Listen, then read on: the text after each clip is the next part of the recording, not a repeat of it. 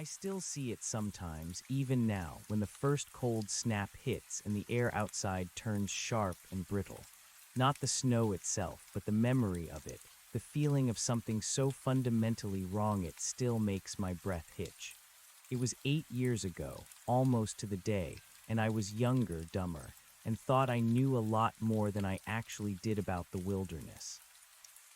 Back then, I was 24, fresh out of a relationship that had imploded messily and desperate for a reset. My job as a freelance nature photographer barely covered rent, but it gave me an excuse to vanish into the mountains. I'd always found solace there, a quiet place where the only demands were physical. This particular trip was supposed to be cathartic, a cleansing of sorts. I'd planned a solo week-long hike through a lesser-known section of the Bitterroot National Forest, far from any established trails or ranger stations. I considered myself experienced enough. I'd done plenty of solo trips, knew how to navigate, how to set up a camp, how to pack light and live off my provisions. What I didn't account for was the kind of isolation that doesn't just remove you from people, but from reality itself. My starting point was a tiny pull-off on a barely maintained logging road, about 30 miles from the nearest town. I parked my beat-up Subaru Forester, double-checked my gear, and adjusted the heavy pack on my shoulders. The air was crisp, the sky a vast, indifferent blue. Autumn was clinging on by a thread, the last fiery leaves still blazing on the aspens and cottonwoods in the lower valleys. But up here, at around 7,000 feet, winter's breath was already tangible. I'd checked the forecast, of course. Cold front moving in, chance of flurries later in the week, nothing significant, just enough to add a dramatic touch to my landscape photos.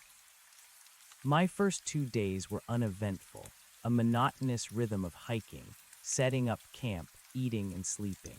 The solitude was exactly what I'd craved.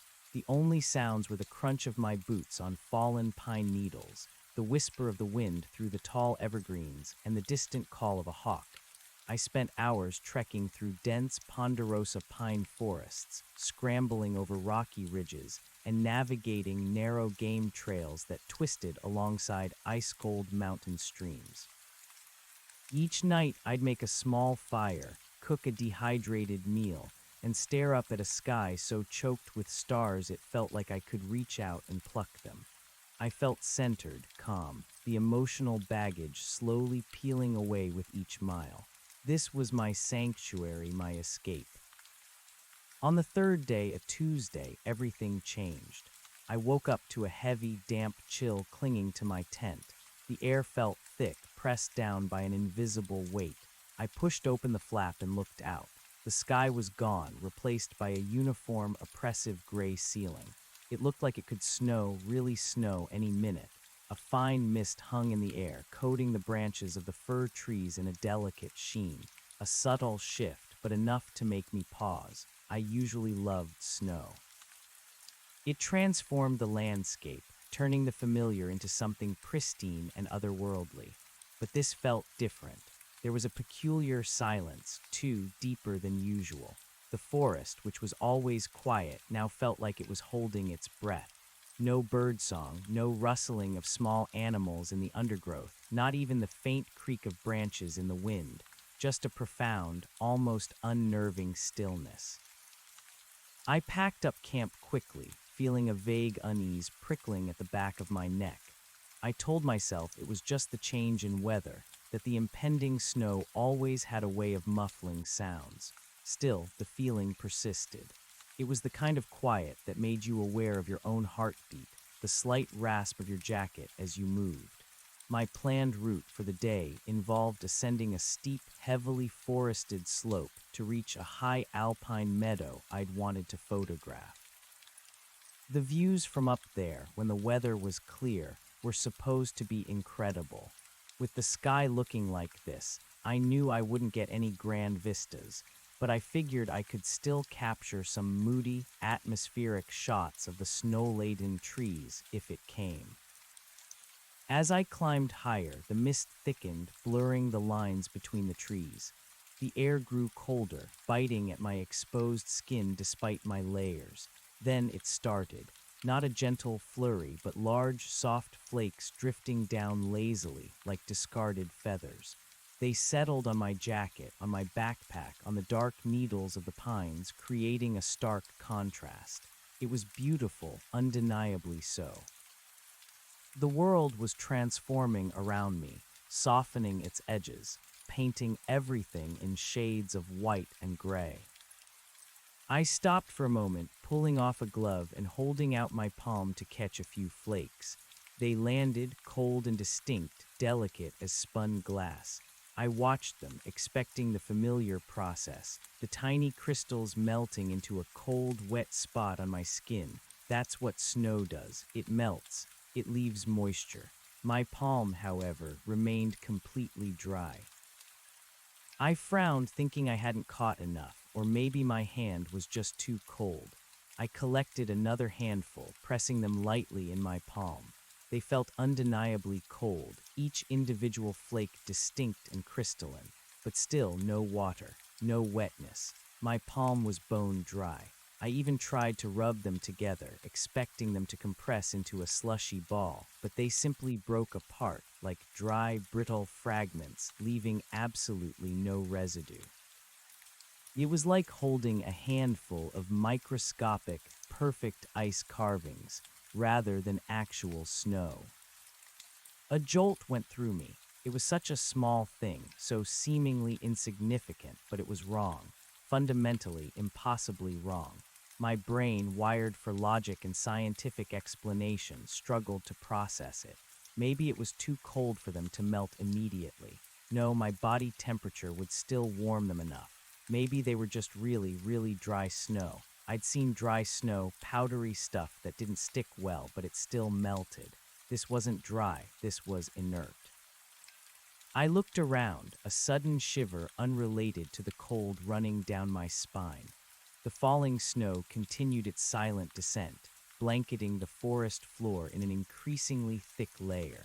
The world around me was still unnervingly quiet. The feeling of unease that had been a dull throb earlier now sharpened into a distinct prickle of alarm. I wasn't sure why, but that unmelted snow, those dry, cold flakes in my hand, felt like a silent, impossible warning. A crack had appeared in the predictable order of things, and I was standing right in it.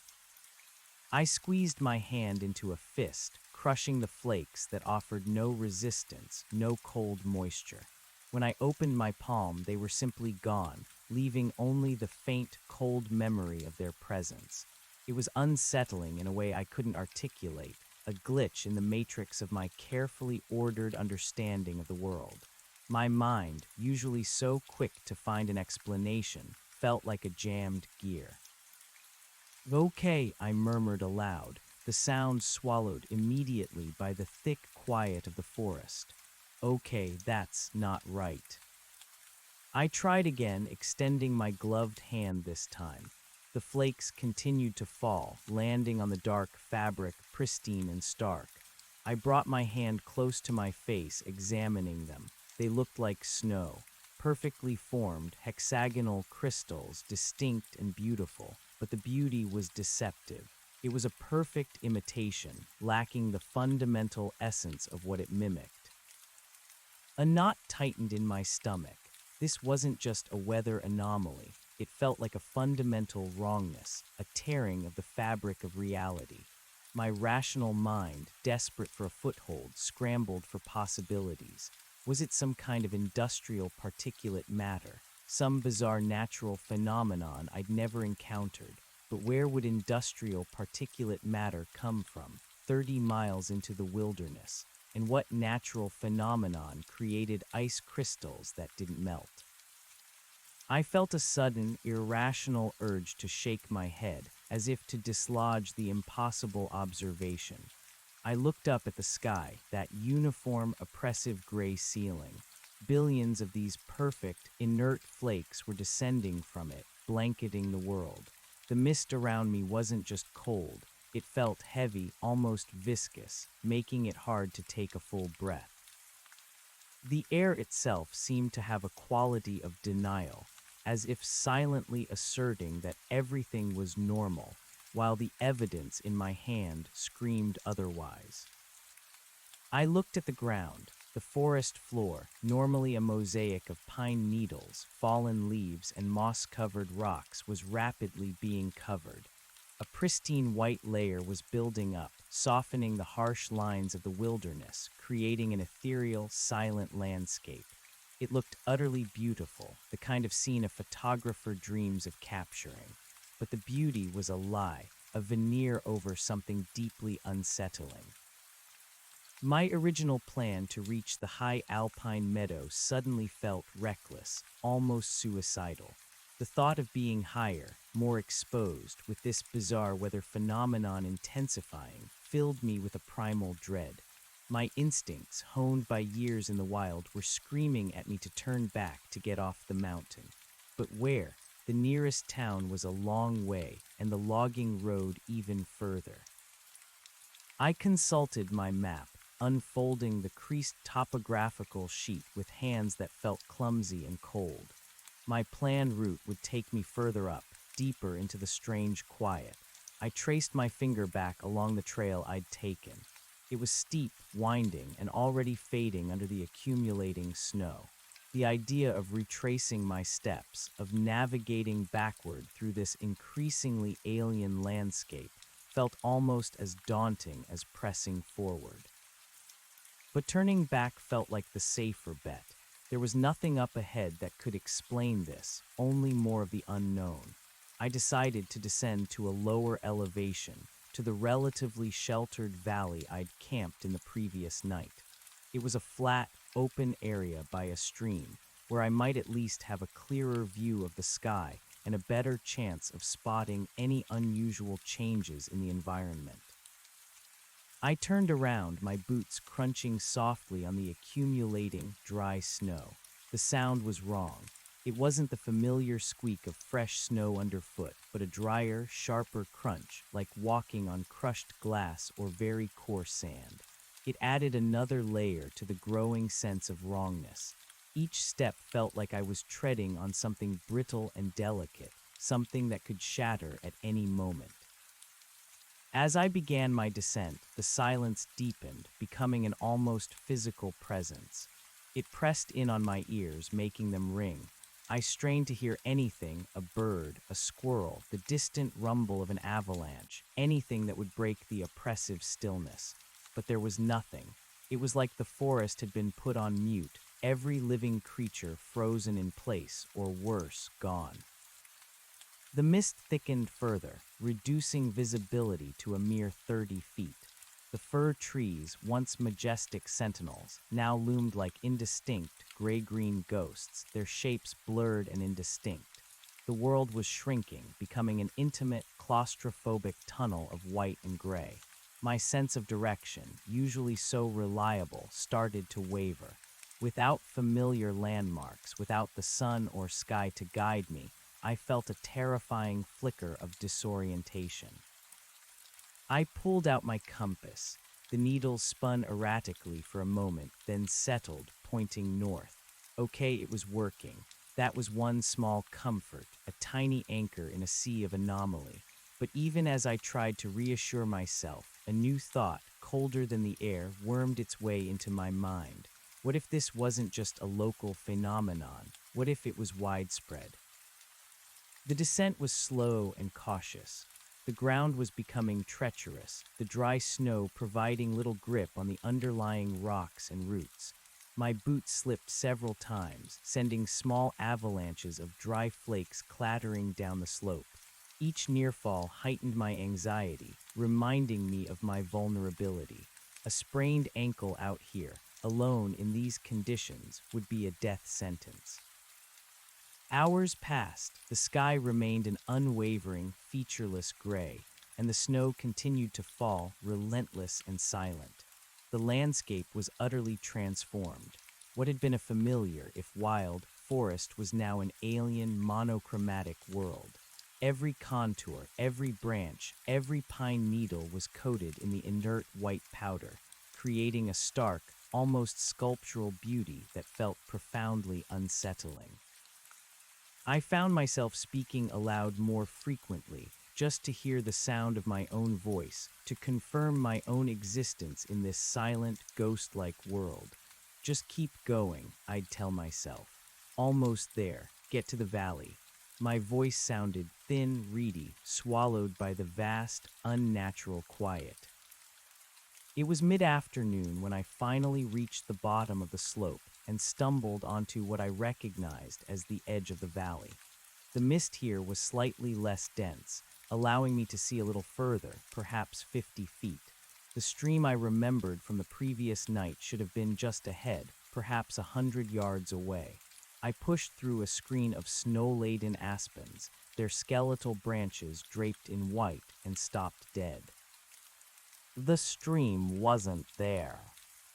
Where a vibrant, gurgling mountain stream had flowed yesterday, cutting a clear path through the valley floor, there was now a smooth, uninterrupted blanket of the dry, white snow. It was as if the stream had never existed or had been perfectly filled in, smoothed over, erased. I stared, my breath catching in my throat. This was impossible. Even if the stream had frozen solid, its banks, its contours would still be visible. But there was nothing, just a seamless white expanse where I knew unequivocally a body of water had been. I took a few hesitant steps forward, my heart hammering against my ribs. I kicked at the snow with my boot, expecting to hit ice or perhaps a layer of slush beneath the dry flakes. Instead, my boot sank in perhaps 6 inches and then hit something firm but not hard. It felt like compressed earth or tightly packed sand. No ice, no water, no indication of a stream bed beneath. I knelt, digging frantically with my gloved hands. The dry flakes flew up, creating miniature, swirling clouds around my face. I dug deeper, driven by a desperate need for an explanation. My fingers scraped against the firm, compacted material. It was dark, earthy, but completely dry, bone dry. Not a hint of moisture, not the dampness you'd expect even from a dried-up riverbed. It was as if the stream had been swallowed whole, evaporated, and its bed perfectly filled with dry soil overnight, then covered with this impossible snow. My mind reeled. Streams don't just vanish. Not overnight, not without a trace, not without leaving some evidence of water. This wasn't just bizarre, it was supernatural. It violated every law of nature I knew. Panic, cold and sharp, began to truly set in. This wasn't just strange weather. This was something far, far worse. The world was unraveling around me, showing me things that simply could not be. I stumbled back, my eyes scanning the featureless white expanse. The silence of the forest, which had been unnerving, now felt malicious, complicit. It was a silence that held secrets, a silence that watched. I had to get out, not just off the mountain, but out of this place. This wasn't the wilderness I knew, the sanctuary I loved. This was something else entirely. I pulled out my GPS device, my hands trembling as I fumbled with the cold buttons. It sputtered to life, the small screen glowing faintly in the dim light. My current coordinates showed me exactly where I thought I was at the edge of the valley. The map on the screen showed the outline of the missing stream, a thin blue line snaking through the terrain, a ghostly blue line of what should be. The incongruity was chilling. My GPS, a cold, unfeeling piece of technology, told me there was a stream here. My eyes, my hands, my every instinct screamed that it wasn't, which was real. I tried to zoom out to get a sense of the broader area, to find the nearest ranger station or outpost. They were all miles away, days of hiking under normal circumstances. Under these circumstances, it felt like an impossible journey. My fingers, numb with cold and fear, slipped on the device. It clattered to the snow, landing face down. I lunged for it, picking it up quickly, checking for damage. It seemed okay. But as I brought it back up, I noticed something in the faint light cast by the screen, something just at the edge of my vision, where the mist began to thicken again among the trees. A shape. It was tall, indistinct, blurred by the mist and the falling snow, but it wasn't a tree. Trees had branches. This was upright, still, like a pillar of shadow. My breath hitched, I froze, my eyes straining, trying to pierce the veil of white. The shape remained, unmoving, silent. It was too far away to discern details, but its very presence, its utter stillness in a world that was already so unsettlingly still, sent a fresh wave of terror through me. Was it an animal, a bear perhaps, but it was too tall, too slender for a bear, even a standing one. And why would it be so perfectly motionless? Deer, elk, mountain goats, they moved, they grazed, they left tracks. This was just there. I stood rooted to the spot, my heart a frantic drumbeat against my ribs. Every instinct screamed at me to run, to hide, to make myself small and invisible. But another part of me, the part that craved answers, that wanted to understand, held me captive. What was it, and how long had it been there? Had it been watching me? I slowly, cautiously raised my camera, fumbling with the lens cap. The telephoto lens might give me a clearer view, a shred of information. My hands were shaking so badly I almost dropped it. I brought it to my eye, tried to steady my breathing, and aimed it towards the indistinct shape. The viewfinder was a blurry mess of white and gray. The mist was too thick, the falling snow too dense. I struggled to focus, twisting the ring, trying to find a sharp edge, a defining feature. Nothing, just a slightly darker smudge against the uniform paleness. It was like trying to photograph a ghost made of shadow. Frustration, sharp and hot, mixed with my fear. I needed to see. I had to see. I lowered the camera, my mind racing. Should I try to approach it? No, that was insane. My survival instincts screamed against it. But what if it was just a strange rock formation, or a snow-covered snag? What if my imagination, fueled by fear and the uncanny nature of the snow, was playing tricks on me? The shape didn't move. It simply stood there, an unblinking presence in the silent, swirling snow. My rational brain was losing its grip. This entire day had been an assault on everything I thought I knew. The unmelted snow, the vanished stream, and now this thing. I made a decision, born of desperation and a burgeoning sense of profound dread. I couldn't stay here. I couldn't go higher. And I certainly wasn't going to approach that, whatever it was. My only option was to try to find the logging road, the route back to my Subaru. It was miles away, perhaps 2 days of hiking under normal circumstances, but it was a known path, a connection to the world I understood. I recalibrated my GPS, setting a waypoint for the road. The distance displayed on the screen was daunting, 18 miles. 18 miles through this increasingly hostile, alien landscape. I shouldered my pack, the familiar weight a small comfort against the overwhelming strangeness.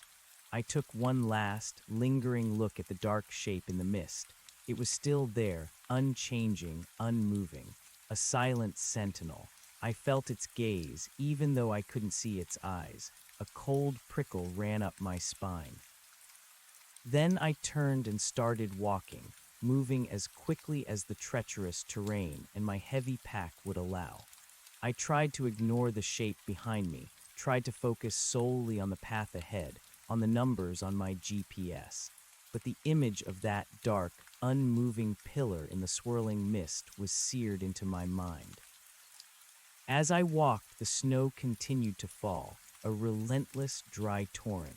It muffled every sound, turning the world into a silent white canvas. My own breathing sounded loud in my ears, a ragged, panicked gasp. My boots crunched on the dry flakes, a sound that grated on my nerves. The hours that followed blurred into a monotonous, fear-fueled march. My legs ached, my shoulders burned, but I pushed on, driven by a desperate need to escape. The mist never lifted, and the sky never changed. It felt like I was walking through an endless gray dream, a nightmare from which I couldn't wake. I passed by trees I vaguely remembered, their forms now distorted, softened by their shroud of snow. The world was being systematically erased, its familiarity replaced by a uniform, featureless whiteness. I kept checking my GPS, willing the distance to shrink faster. It was slow going. Every step was an effort, every incline a battle. Dusk began to fall, not with the gentle fading of light I was used to, but with a gradual, insidious darkening of the oppressive gray. The mist seemed to thicken with the dying light, and the falling snow intensified, turning the air into a shimmering curtain. Soon it would be pitch black. Camping in these conditions, without a stream for water, with the very fabric of reality seemingly tearing, felt like an impossible, terrifying prospect. I had to find some shelter, some semblance of safety. My eyes scanned the blurry landscape, searching for an overhang, a cave, anything. The trees offered little protection from the elements, and the ground was completely blanketed in the dry, inert snow. As the last vestiges of twilight bled from the sky, a profound darkness descended. My headlamp, usually a strong beam, felt feeble, its light swallowed by the thick mist and swirling snow. It illuminated only a small circle around me, making the unknown beyond feel even more vast and threatening. I stumbled forward, my fear now a constant, gnawing presence. Every shadow seemed to shift, every gust of wind seemed to carry an unseen threat. I kept looking over my shoulder, half expecting to see that dark, unmoving shape emerge from the gloom. Then through the swirling white I saw it, a dark opening in a rock face, partially obscured by a cascade of snow-laden branches. A cave. It wasn't large, but it was an opening, a place that offered a measure of shelter from the relentless snow and the increasing cold. Relief, potent and overwhelming, flooded through me. I practically ran the last few yards, scrambling over slippery rocks, my muscles screaming in protest. I ducked into the mouth of the cave, pulling my pack off with a weary groan. The air inside was still and cold, but it felt like a sanctuary compared to the maelstrom outside. It was a shallow depression, perhaps 10 feet deep with a low ceiling. Enough space to set up my sleeping bag and have a small fire if I could gather enough dry wood. My first priority was to get a fire going. The cold was seeping into my bones, and the psychological chill of the day was making it worse. I rummaged through my pack, pulling out my small stove and a few packets of dried emergency rations. I still had water in my Nalgene bottle, but it was freezing rapidly. The stream's disappearance meant I couldn't replenish it easily. That was a problem for tomorrow. Tonight, I just needed warmth. I took a deep breath, trying to calm my racing heart. I was safe for now, at least from the immediate elements. The thought of that dark shape, the silent snow, the vanished stream, still haunted me, but for this moment I focused on the tangible: warmth, food, and rest. I pulled out my headlamp again, scanning the interior of the cave. It was bare rock, damp in places, but dry enough for a makeshift camp. My gaze then fell upon something in the back of the cave, something that hadn't been immediately visible in the faint light. There was a pile of something, not rocks, not dirt. It was too regular, too constructed. I shone my headlamp directly on it. My blood ran cold. It was a small cairn, a stack of flat, dark stones, carefully balanced one upon the other. It was no larger than my backpack, perhaps 2 feet tall, and on top of it, placed with deliberate precision, was a single, perfect, unmelted snowflake. Not one of the thousands falling outside. This one was larger, perhaps an inch across, its intricate crystalline structure perfectly preserved, as if carved from a single piece of flawless ice. It wasn't melting. It wasn't evaporating. It just sat there, cold and perfect, reflecting the beam of my headlamp with an eerie, internal luminescence. My rational mind, already shattered, struggled to compute this new impossibility. How could a snowflake remain perfectly intact, unmelted for any length of time, let alone long enough to be placed on a cairn in a cave? And who had built this cairn? Who had placed the snowflake there? And why? The questions piled up, each one more terrifying than the last. The silence of the cave, which had felt like a refuge, now felt like a suffocating shroud. I was not alone. Someone or something had been here, recently enough for the snowflake to still be pristine. My gaze flickered around the cave, searching for any other sign, any other presence. The darkness beyond the beam of my headlamp felt alive, watchful. My fear escalated into full-blown terror. This wasn't just a strange weather pattern, this was deliberate. A message, a warning, or perhaps an invitation. I backed away slowly, my eyes fixed on the impossibly perfect snowflake. My hand instinctively reached for the small, heavy rock I kept in my pack for self-defense, a habit from earlier, less fearful trips. It offered no real comfort. What could a rock do against whatever left this? I wanted to run, to bolt back out into the freezing, alien landscape, but the snowstorm was raging and the darkness was absolute. I was trapped in a cave with a silent, crystalline message left by an unseen hand. My mind raced, trying to find any explanation, any scenario that made sense. A prank, a survivalist leaving a strange mark, but the unmelted snowflake defied all logic. It wasn't a joke. It was something far more profound and infinitely more menacing. I knew with a certainty that chilled me to the bone that I was no longer just dealing with an unusual weather phenomenon. I was dealing with a presence that knew I was here, a presence that could make streams vanish and leave perfect, unmelted snow behind. I sank to the floor of the cave, my back pressed against the cold rock, my eyes glued to the cairn and its impossible centerpiece.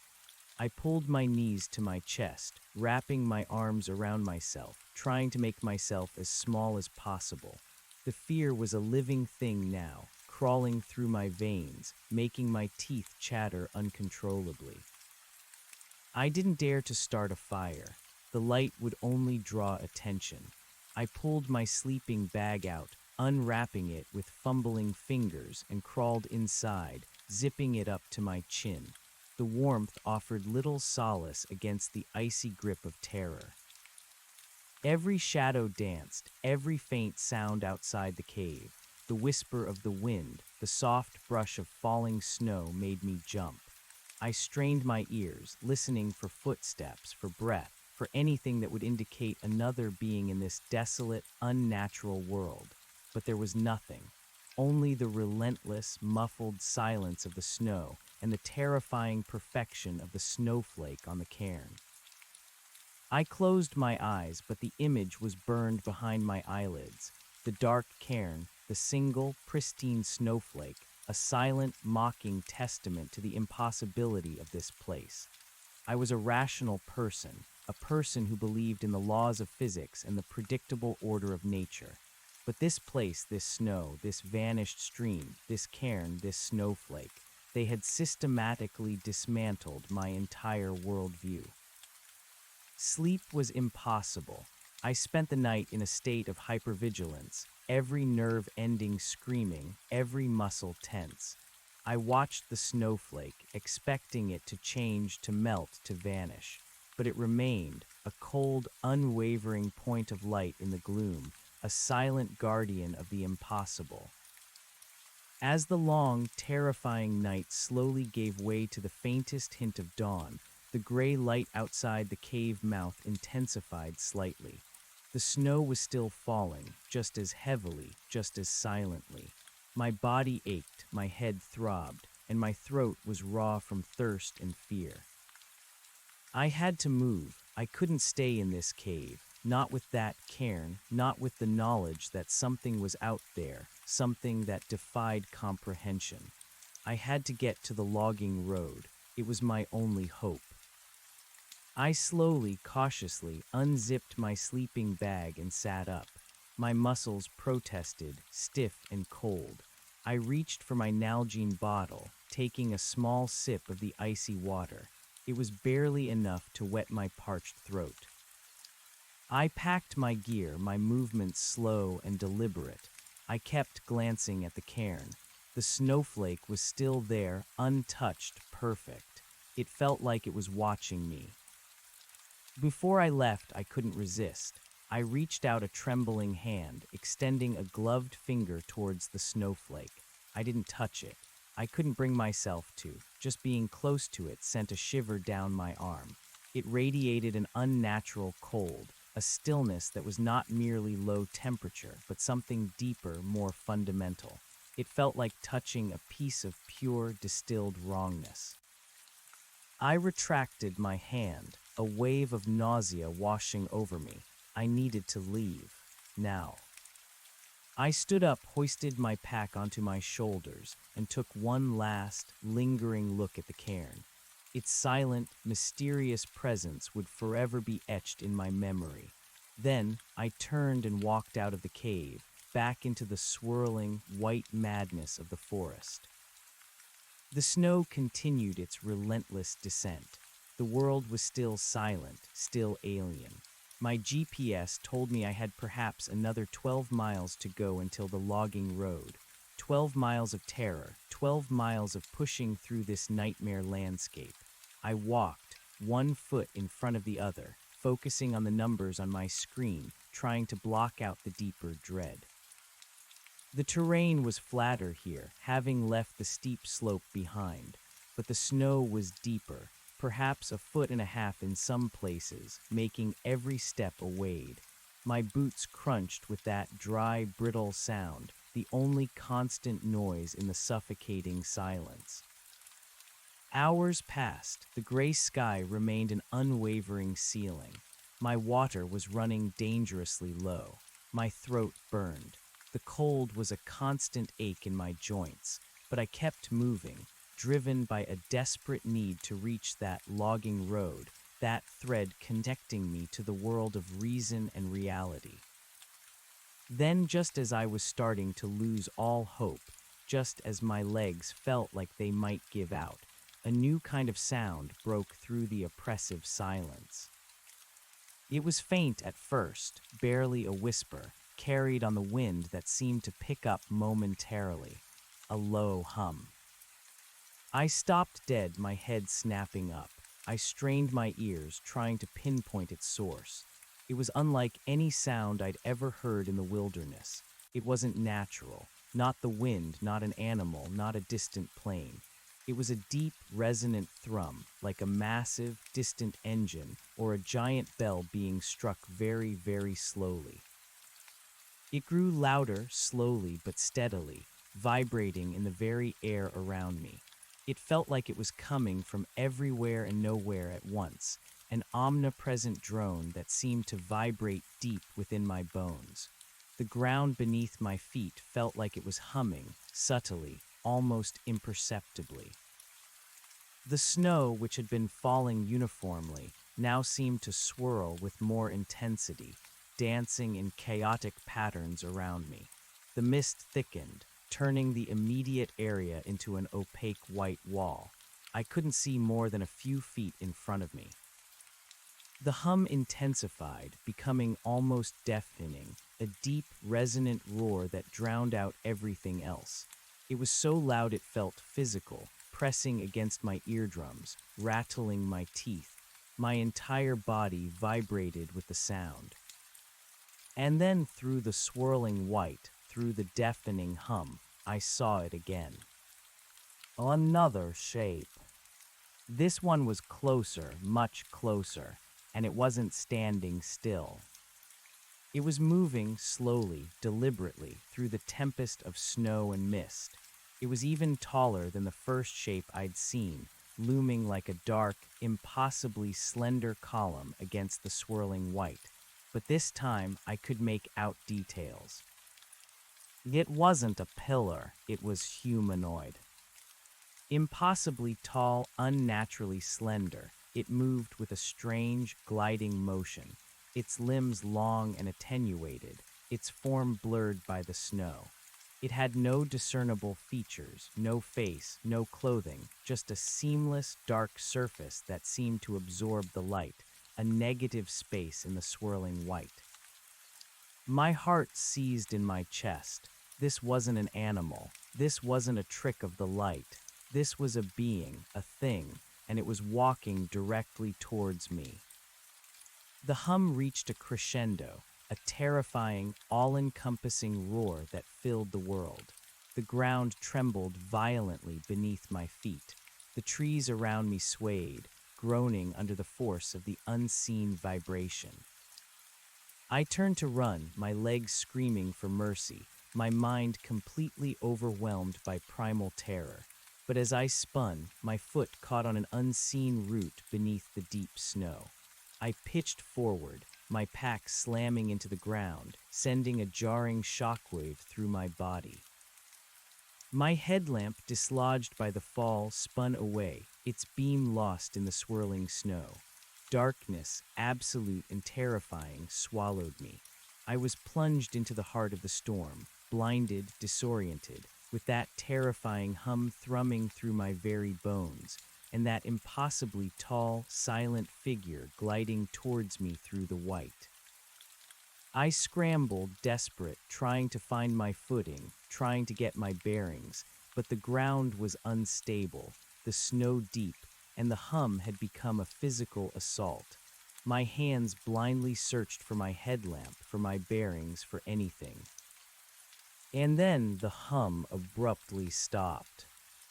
The silence that followed was even more deafening than the roar it had replaced. It was a profound, suffocating void, a vacuum of sound that seemed to suck the very air from my lungs. The ground stopped shaking. The trees stilled. Even the falling snow seemed to hang suspended for a moment before resuming its silent descent. The sudden cessation of the hum, the absolute silence, was a new form of terror. It meant it was close, too close. I lay there frozen, my face buried in the cold, dry snow. I could feel its crystalline particles against my skin, cold and inert. My body was trembling uncontrollably, every nerve screaming. I didn't dare move, didn't dare breathe. Then I heard it, a faint sound, a gentle crunch, closer, right beside me. I squeezed my eyes shut, pressing my face deeper into the snow, willing myself to disappear. It was the sound of something walking on the dry snow, the same brittle sound my own boots made, but it was deliberate, slow, implacable. Another crunch and then silence. I felt a presence, a cold, heavy presence hovering over me. The air around me grew impossibly cold, a sudden bone-chilling drop in temperature that stole my breath. I could feel it, though I couldn't see it in the darkness, even with my eyes tightly shut. It was right there, directly above me. I braced myself, waiting for a touch, a sound, anything, but there was nothing. Only the crushing cold, the oppressive silence, and the terrifying knowledge that it was there, watching. A long, agonizing moment stretched into an eternity. My heart hammered, a frantic drum against my ribs, threatening to burst. I couldn't hold my breath any longer. I gasped, a small, choked sound that felt deafening in the absolute stillness. And then it moved. Not away, but closer. I felt a subtle shift in the air, a faint, almost imperceptible pressure, as if it was bending down. A new sensation pricked at my skin, a cold, almost surgical touch. It wasn't a hand, it was something else, something thin, sharp, and impossibly cold, brushing against my ear. My skin crawled. I felt a faint, whisper-soft breath like dry ice against my temple. And then a sound. A voice, but not a voice I recognized. It was a dry, raspy whisper, like sand sifting over stones. It was low, guttural, yet impossibly articulate, and it spoke a single word.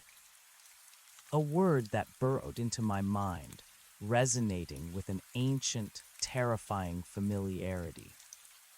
It spoke my name.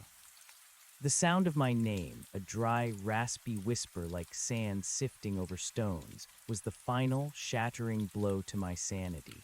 It wasn't just that the creature was close, impossibly close. It was that it knew me. How? How could something so alien, so utterly unnatural know my name? The question tore through the remnants of my rational mind, leaving only raw, screaming terror. My body, already rigid with fear, became a block of ice. I didn't dare move, didn't dare open my eyes. The impossibly cold air around me seemed to press down, stealing the breath from my lungs. The whisper had been so clear, so precise, yet devoid of any warmth, any humanity. It was a word spoken by something that had no right to speak, a word that felt like a violation. The silence that followed was even more profound than before.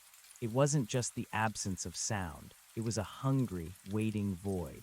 I could still feel the cold, almost surgical touch near my ear, the whisper-soft breath against my temple. It lingered, a tangible presence that radiated an ancient, predatory stillness. Every hair on my body stood on end. My skin felt raw, exposed, as if the creature's gaze was stripping away layers of my being, peering directly into my soul. Time stretched, distorting into an eternity. My heart was a frenzied hummingbird trapped in my chest, beating so hard I thought it would shatter my ribs. I lay there, face pressed into the dry, inert snow, listening to the frantic rhythm of my own blood. I waited for it to move, to touch me again, to speak another word. I waited for the inevitable. But nothing happened. The presence remained, unmoving, heavy, suffocating. The cold intensified, a deep, pervasive chill that felt like it was freezing my blood in my veins. It wasn't just the ambient temperature, it was the cold of absence, the cold of death, radiating from the thing that hovered above me. After what felt like an hour, but was likely only a few minutes, the pressure in the air subtly shifted. The impossible cold began to recede slowly, imperceptibly. The presence lightened, became less immediate.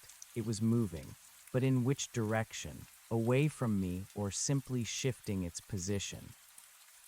I remained absolutely still, every muscle screaming in protest, every nerve ending firing with desperate adrenaline. I couldn't risk moving, couldn't risk making a sound. Not yet. I had to be certain. The faint, brittle crunch of footsteps on the dry snow returned, moving away this time. Slow, deliberate. Each crunch was a tiny knife twist in my gut, a confirmation of its reality. It was walking away, retreating into the swirling white. I counted the steps, desperate for a measure of distance, a sliver of hope. 1, 2, 3, the sound faded, becoming softer, more indistinct, swallowed by the relentless, silent descent of the snow. Finally, after what felt like an agonizing eternity, the crunching stopped altogether. The air around me, though still impossibly cold, no longer held that specific, suffocating presence. It was gone, or at least no longer directly above me. A shaky, ragged breath tore from my lungs. My body convulsed with a violent shiver, a reaction to the extreme cold and the sheer, unadulterated terror. My teeth chattered uncontrollably. I still didn't dare open my eyes. The darkness, though terrifying, felt like a small shield. If I couldn't see it, maybe it couldn't see me. A child's logic, perhaps, but my mind was fractured. Slowly, carefully, I peeled my face from the snow. My cheek was numb, my eyelashes frozen with tiny crystals. I blinked, trying to clear my vision. All I saw was absolute blackness. My headlamp was gone, lost in the fall.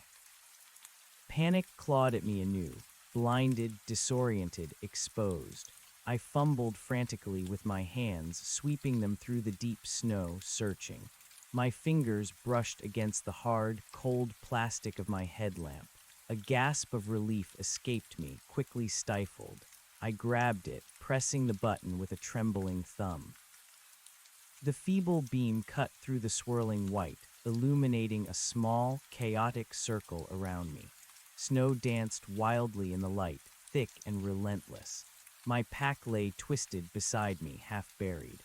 My GPS was still clipped to the shoulder strap, its faint screen glowing with the familiar map, a silent testament to the world I desperately wanted to return to. I scrambled to my feet, my legs wobbly, threatening to give out beneath me. My entire body ached, bruised from the fall, stiff from the cold and the long night. I scanned the darkness beyond my headlamp's reach, my heart still hammering. Nothing, just the swirling curtain of white, the indistinct shapes of snow-laden trees, and the profound, oppressive silence. It was truly gone, or had it merely retreated into the deeper mist, still watching? The thought sent another wave of nausea through me. The creature had known my name. That was the detail that truly broke me. It transformed the encounter from a terrifying brush with an unknown predator into something far more personal, far more insidious. It meant I was not just prey, I was known. I had to get out. Every fiber of my being screamed that I could not spend another moment in this place. The logging road, that thread of human connection, was my only focus. I stumbled towards my pack, pulling it upright. My hands were shaking so badly I struggled to fasten the straps. I checked my GPS, 10 miles to the road, 10 miles. It felt like 1,000. I forced myself to take a deep, shaky breath, trying to regain some semblance of control. My water bottle was almost empty, the remaining ice-cold water doing little to quench the burning thirst in my throat. Food was a distant thought. My body was running on pure adrenaline and terror. I started walking, pushing through the deep, dry snow, my headlamp beam a tiny, desperate beacon in the vast, swirling white. The silence was back, absolute and complete, only punctuated by the brittle crunch of my boots. I kept looking over my shoulder, convinced I would see that impossibly tall, dark figure emerge from the gloom, its silhouette absorbing the meager light. The hours that followed were a blur of agonizing effort and escalating paranoia. The snow continued to fall, relentless, silent. Visibility remained terrible, often dropping to mere feet, making navigation an instinctual, terrifying gamble. I clung to my GPS, the small digital map my only guide in a world stripped of all familiar landmarks. My mind started to play tricks on me. Every snow-laden tree trunk became a dark figure. Every gust of wind, though silent, felt like a whisper of my name. I imagined I could still feel the cold brush against my ear, the dry ice breath against my temple. The memory of its voice, that raspy, guttural sound, echoed in my head, a terrifying mantra. The cold was relentless. Despite my layers, it seeped into my bones, numbing my fingers and toes. My core temperature felt like it was dropping, slowly, inexorably. I knew hypothermia was a real threat, but the fear of stopping, of resting, of being caught was far greater. My water ran out completely. My mouth was a desert, my tongue thick. I tried to chew on some of the dry snow, but it offered no moisture, no relief. It was like trying to eat powdered glass. It just crumbled, leaving my mouth drier than before. The impossibility of it, even in my delirious state, was a fresh wave of horror. This snow wasn't just inert, it was actively hostile, denying the most basic need for survival. As the second day bled into what should have been afternoon, a different kind of exhaustion set in, not just physical but mental. My thoughts became fragmented, disconnected. I started talking to myself, not just murmuring encouragement, but full, rambling sentences, trying to make sense of what had happened, trying to convince myself that it was a dream, a hallucination. "It can't be real," I whispered, my voice hoarse. "Streams don't just vanish. Snow melts. Things don't know your name." But even as I spoke the words, a deeper, colder part of me knew they were lies. This was real, and that was the most terrifying truth of all. The logging road, according to my GPS, was still 3 miles away. 3 miles. It felt like an insurmountable distance. My legs were numb, my lungs burned with every shallow breath. I stumbled more often, pitching forward into the deep snow, struggling to regain my balance. Each fall sapped more of my dwindling strength. My headlamp batteries were starting to fade, the beam growing weaker, flickering ominously. Soon I would be plunged into darkness again. The thought spurred a fresh surge of adrenaline, but it was a desperate, burning kind of energy, not sustainable. I kept pushing, one agonizing step after another. The trees around me seemed to grow denser, their snow-laden branches creating a suffocating tunnel of white and gray. The silence, broken only by my ragged breathing and the crunch of the dry snow, was a constant, maddening companion. Then, just as the last vestiges of light were fading, casting the world in a deep, eerie twilight, I saw it. A faint break in the tree line, a glimpse of something wider, less cluttered, a clearing. Hope, sharp and painful, pierced through my exhaustion. Could it be? Could it be the road? I stumbled forward, summoning a final, desperate burst of energy. The snow grew slightly shallower here, less clinging. I pushed through a final curtain of fir trees, their branches brushing against my face, and emerged onto a road. Not the well-maintained logging road I remembered, but a track. It was wider than any game trail, a discernible path cutting through the forest, though it was utterly buried under a thick, unbroken layer of the dry snow. No tire tracks, no footprints, nothing to suggest it had been used in months, maybe years, but it was definitely a road. Relief so potent it almost brought me to my knees, washed over me. I had made it. I had actually made it. I dropped my pack, letting it fall with a muffled thud into the snow. I stood there, swaying, my body trembling uncontrollably, tears freezing on my cheeks. The road, a connection, a way out. But even in my euphoria, a cold knot of dread remained.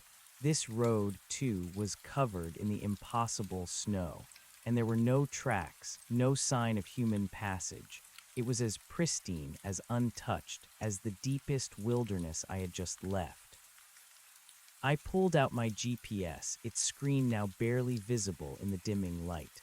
My location confirmed it. I was on the logging road, and according to the map, my Subaru should be only half a mile down the road.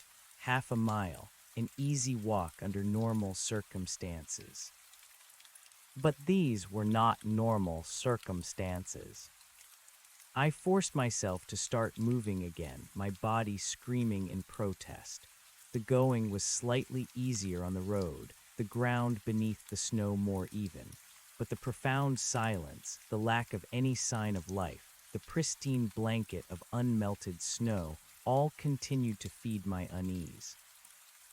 As I walked, the last sliver of twilight faded, plunging the world into a deep, oppressive gloom.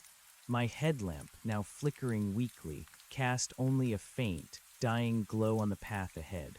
I knew its batteries were almost dead. "Come on," I whispered, my voice cracked and raw. "Just a little further, just a little further." My Subaru, my beat-up Forester, was a beacon of hope, a symbol of the normal world. If I could just reach it, if I could just get inside, I could escape this nightmare. Then through the gloom, just at the edge of my failing headlamp beam, I saw it. A shape, darker than the surrounding trees, more angular. My heart leaped. It was the car. It had to be. I stumbled forward, my pace quickening, a desperate, irrational surge of energy flooding my limbs. I practically ran the last 100 yards, gasping for breath, my lungs burning. And then I stopped dead, the last vestige of hope draining from me like water from a sieve. It wasn't my Subaru. It was a car, yes, but not mine. This vehicle was larger, older, a much older model of SUV, maybe from the late 90s, completely caked in the dry, unmelted snow. Its windows were opaque with frost and snow, its tires deflated and buried. It looked abandoned, left here years ago, but more unsettling than its age was the snow. It was covered in the same dry, inert snow that blanketed everything else. And there were no tracks leading to or from it, no sign of anyone having been here recently. It was as if it had materialized out of the snow itself. My headlamp flickered one last time, then died, plunging me into absolute darkness. I stood there, blinded, disoriented, the cold reality of the situation washing over me. This wasn't my car.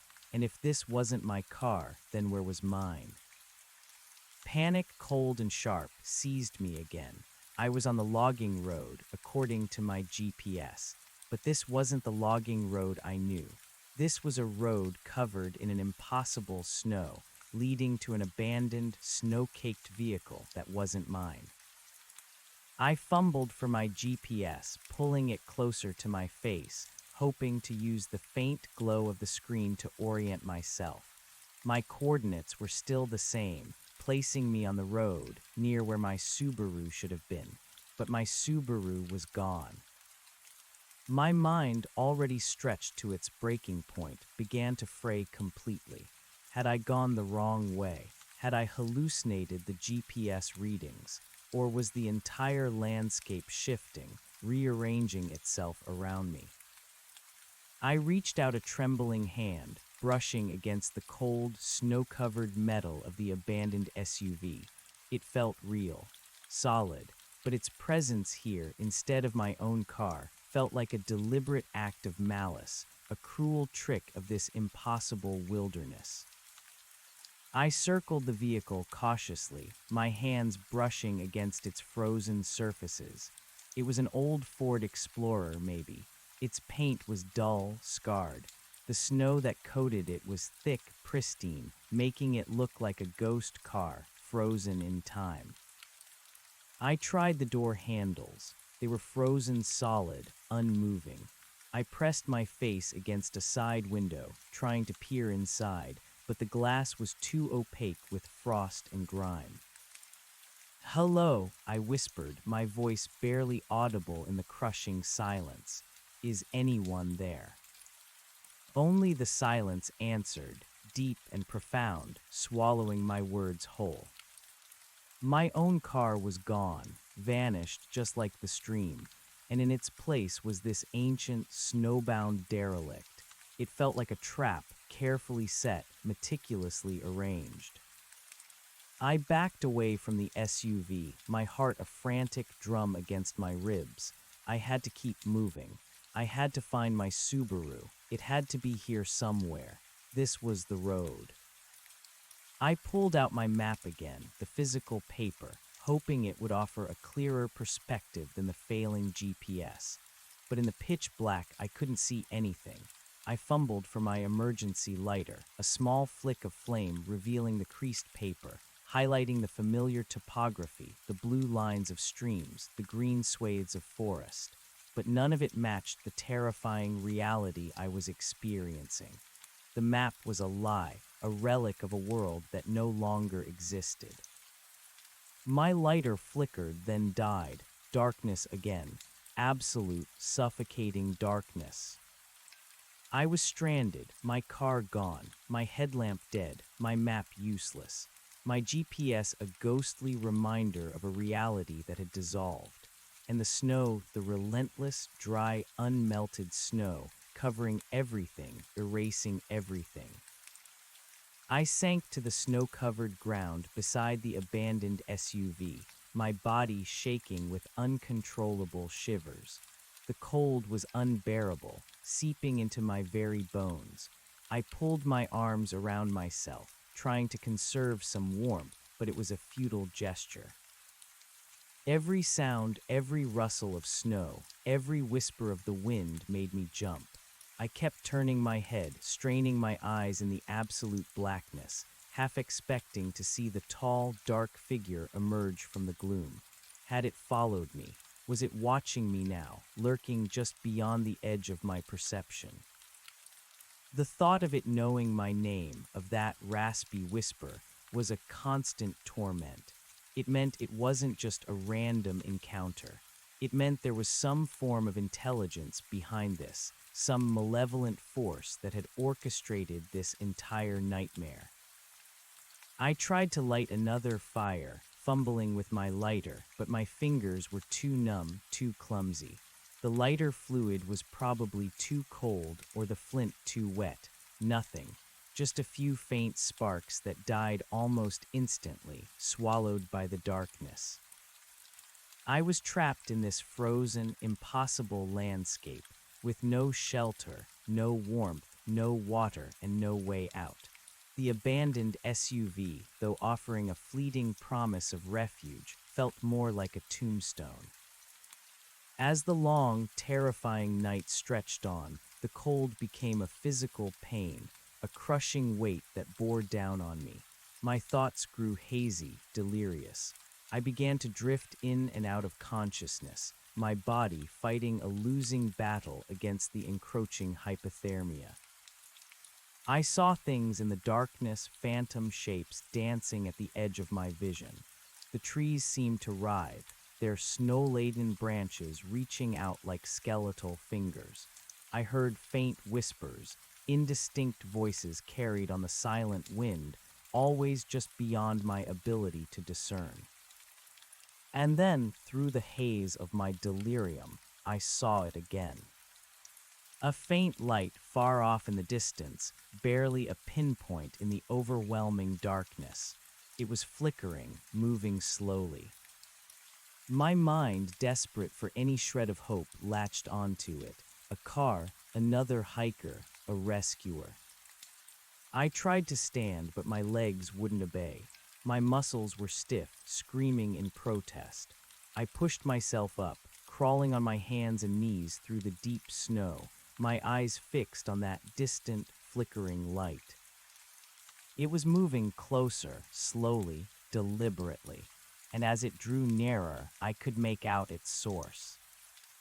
It wasn't a car, it wasn't a flashlight. It was a lantern, an old-fashioned, oil-burning lantern, casting a faint, warm, orange glow, and it was being carried by a figure. A human figure. Relief so intense it was almost painful flooded through me. A human, another person. I wasn't alone. This wasn't just a nightmare unfolding for me. I tried to call out, but my voice was a raw, choked croak, lost in the vast silence. I waved my arm, a feeble gesture in the darkness, hoping to catch their attention. The figure continued to approach, slowly, steadily. It was bundled in heavy winter clothing, a thick coat, a hood pulled low over its head. It walked with a slow, almost shuffling gait, its head down, focused on the path ahead. As it drew closer, the orange light of the lantern illuminated the snow around its feet, casting long, dancing shadows. I could see the brittle crunch of its boots on the dry flakes, a sound I had come to associate with terror, but now, originating from a human, it was a sound of salvation. "Hello," I croaked, trying again, putting all my remaining strength into the word. "Hey, over here." The figure stopped, its head slowly lifted, turning towards me. The lantern, held steady in its hand, cast its light upwards, illuminating its face. And then my relief turned to something far colder, far more terrifying than anything I had experienced before. The face was old, deeply lined, weathered by years in the wilderness. It was framed by a thick gray beard and wild, unkempt hair. Its eyes, deep-set and shadowed, were a startling, piercing blue, fixed on me with an intensity that made my blood run cold. But it wasn't the age or the intensity that shocked me. It was the expression, or rather, the lack of one. The face was utterly devoid of emotion. No surprise, no concern, no recognition. It was blank, a perfect mask of disinterest, as if seeing me, a half-frozen, desperate human, was nothing out of the ordinary. And there was something else in those eyes, a deep, ancient knowing, an understanding of this place that sent a fresh wave of dread through me. And behind those eyes, I saw something else, something familiar, something that made my gut clench with a terrifying realization. The creature, the impossibly tall, slender, humanoid figure I had encountered earlier. Its presence, its essence, was somehow reflected in the old man's eyes. Not that he was the creature, but that he was connected to it, witness to it, perhaps even a part of it. He simply stood there, silent, unmoving, the lantern casting its warm, deceptive glow on his impassive face. He didn't speak. He didn't move towards me. He just watched, those ancient, piercing blue eyes boring into me, seeing far more than I wanted to be seen. I suddenly felt utterly exposed, vulnerable, stripped bare. This wasn't rescue. This was another encounter in this nightmare. The old man lowered the lantern slightly, its light falling more directly on the snow around him. Then, slowly, deliberately, he raised his free hand and pointed. Not at me, but past me, towards the abandoned SUV. My breath hitched. I slowly, cautiously turned my head, following the direction of his gaze. The abandoned SUV, a dark, snow-covered hulk in the gloom. Then the old man spoke. His voice was a low rumble, gravelly with age, yet clear and steady in the silent night. "You shouldn't have stopped here," he said, his eyes still fixed on the abandoned vehicle. His voice held no judgment, no warning, just a flat, undeniable statement of fact. This is where the others ended their journey. My blood ran cold. The others, what others? Had there been other people lost here? Other people who had come across this impossible snow, this vanishing world? And what did he mean, ended their journey? My gaze snapped back to the old man. His eyes, though still impassive, seemed to hold a deeper, more unsettling glint now. A glint of something ancient, something that had witnessed countless such endings. Who are you?" I stammered, my voice trembling. "What is this place? Where's my car?" He didn't answer my questions. He just slowly shifted his gaze from the abandoned SUV to me, those piercing blue eyes assessing me, weighing me, as if I were merely another object in this strange, frozen landscape. "You're not like them," he rumbled, his voice barely a whisper now, yet it carried through the silent night with chilling clarity. Not yet. Then he took a step back, the lantern swinging slightly, casting dancing shadows. He turned slowly, deliberately, and began to walk away, back into the swirling white, his figure growing smaller, more indistinct with each step. "Wait," I cried, trying to push myself up, a desperate plea torn from my throat. "Don't go, please." But he didn't stop, he didn't even look back. He just continued his slow, shuffling gait, the orange glow of his lantern fading into the gloom, becoming a distant, flickering pinpoint of light before vanishing completely. I was alone again, more alone than before. The brief, terrifying glimpse of another human had only deepened the horror, cementing the reality of this impossible situation. The old man wasn't a rescuer, he was a gatekeeper, a silent witness to whatever terrible thing was happening here. And his words echoed in my mind. "You shouldn't have stopped here. This is where the others ended their journey. And most terrifying of all, you're not like them. Not yet." Not yet, the implication was a cold, cruel promise that I would become like them, whatever them was. Another soul lost, another journey ended in this silent, snowbound prison. I lay there in the snow, shivering uncontrollably, the cold seeping deeper into my bones. My fear had mutated, becoming a cold, hard knot of despair. The creature, the impossible snow, the vanished stream, the cairn, my missing car, the abandoned SUV, and now this enigmatic old man. It was all connected, a vast, terrifying tapestry of the unnatural. I had to move. I couldn't stay here, not with the old man's words echoing in my ears, not by the abandoned vehicle that was a grave for the others. But where to go? The logging road ahead, according to my GPS, eventually led to the nearest town. But what if the town was gone too? What if the entire world had been swallowed by this dry, inert snow?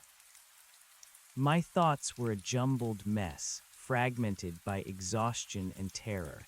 I forced myself to focus on the immediate, on the need for warmth, for water. But there was none. I was utterly exposed, vulnerable.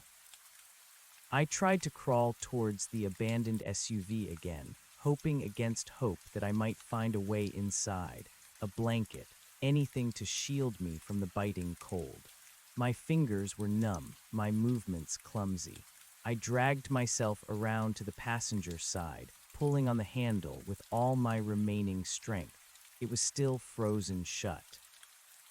But as I pulled, my hand slipped, and my fingers scraped against something sharp and metallic near the base of the door.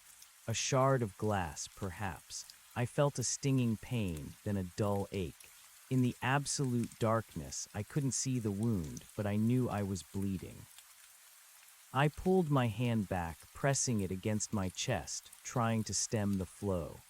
The cut was minor, superficial, but in my weakened state, every injury felt magnified, every threat amplified.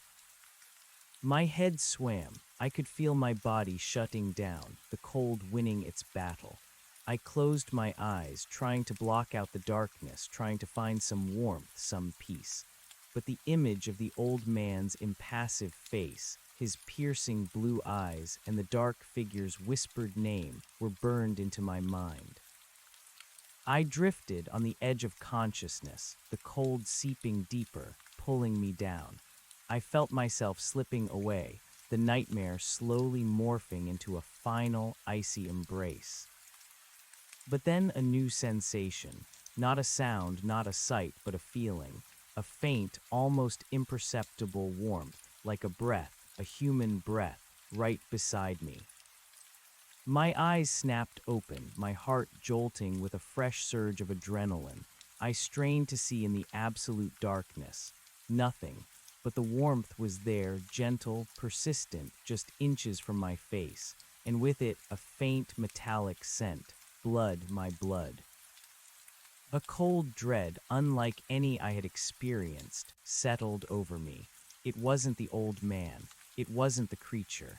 It was something else. Something that had found me in my moment of absolute vulnerability. And then I felt a subtle movement, a gentle, insistent pressure against my wounded hand, the one I was holding to my chest. Something was there, touching my cut. I gasped, trying to pull away, but my muscles were too weak, too stiff. I was trapped. A whisper so faint it was almost inaudible, like the rustle of leaves in a long-dead forest, brushed against my ear. But it wasn't the dry, raspy voice of the creature. This was different, softer, almost curious. And then I felt it, a tongue, licking my wound, a warm, wet, surprisingly soft sensation against my raw skin, tasting my blood. I cried out, a strangled sound of horror, my body convulsing with revulsion. My eyes darted wildly in the darkness, desperate to see whatever impossible thing was doing this. My mind screamed, trying to reconcile the act with any known creature, any known horror. But there was nothing. Only the warm, wet lick and the faint, metallic taste of my own blood being consumed. The sensation lingered for a moment, then withdrew. The warmth receded. The faint whisper faded.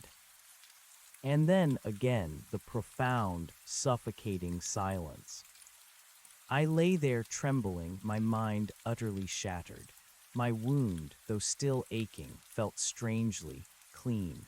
But the horror of what had just happened, of that alien tongue tasting my blood in the absolute darkness, was a violation beyond anything I could have imagined. What was this place? What were these things? And what did they want with me? My mind raced, trying to find an explanation, a way to categorize this new terror.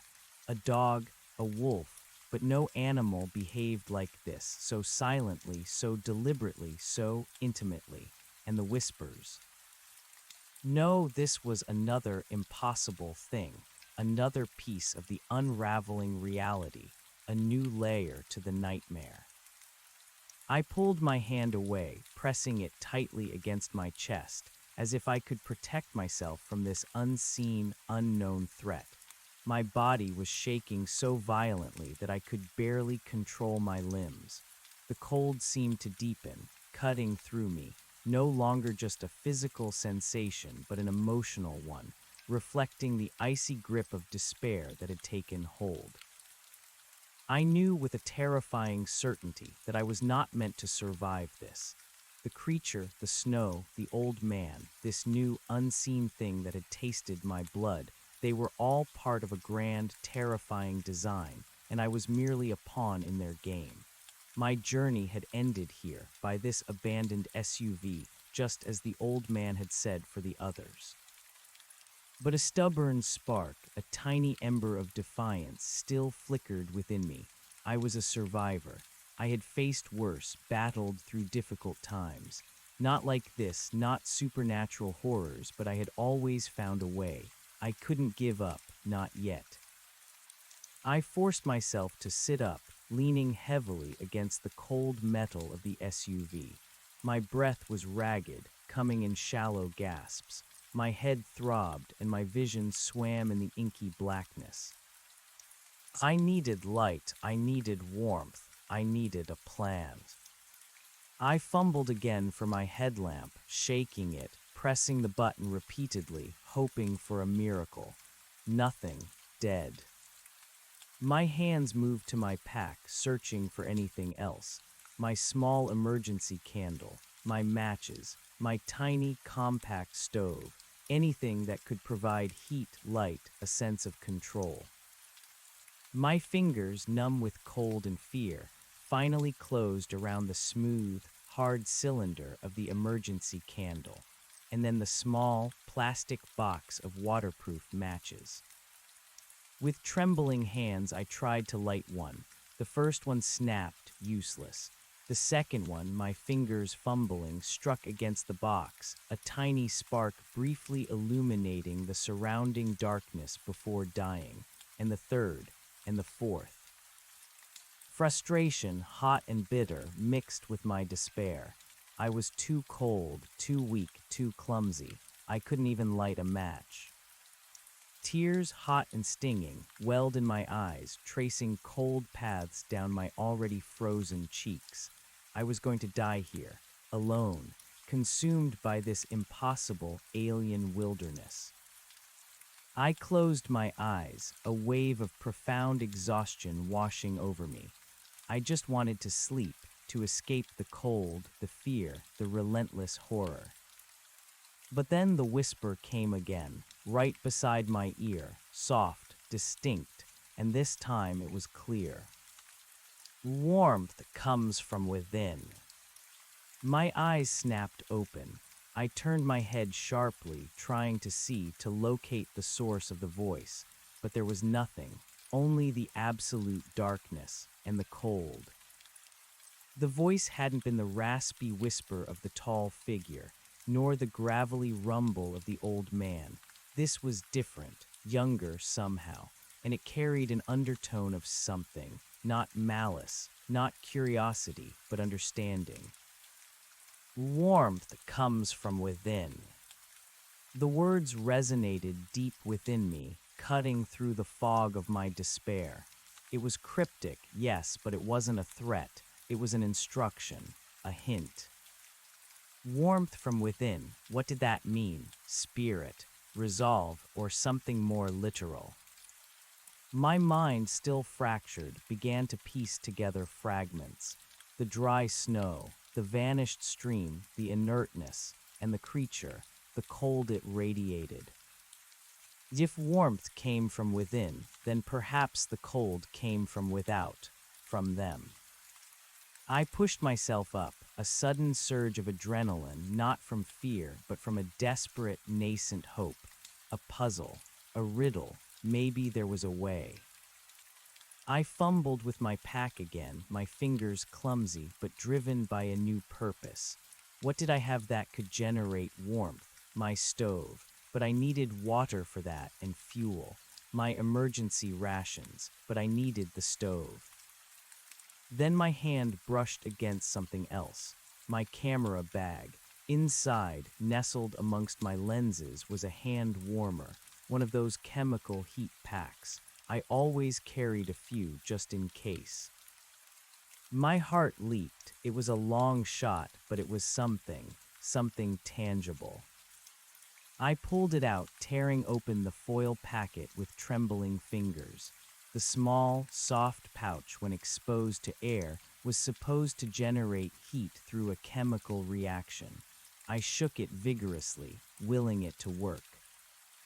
At first, nothing, just the cold, inert pouch. Despair threatened to creep back in. But I remembered the whisper. Warmth comes from within. I held the pouch tightly in my gloved hands, pressing it against my chest, willing it to activate. I held it against my chest, willing it to work. I closed my eyes, focusing all my dwindling energy, all my desperate will on that small pouch. The whisper, warmth, comes from within, echoed in my mind, not as a threat, but as a riddle, a challenge. I focused on my own core, on the stubborn refusal to die that still flickered deep inside me.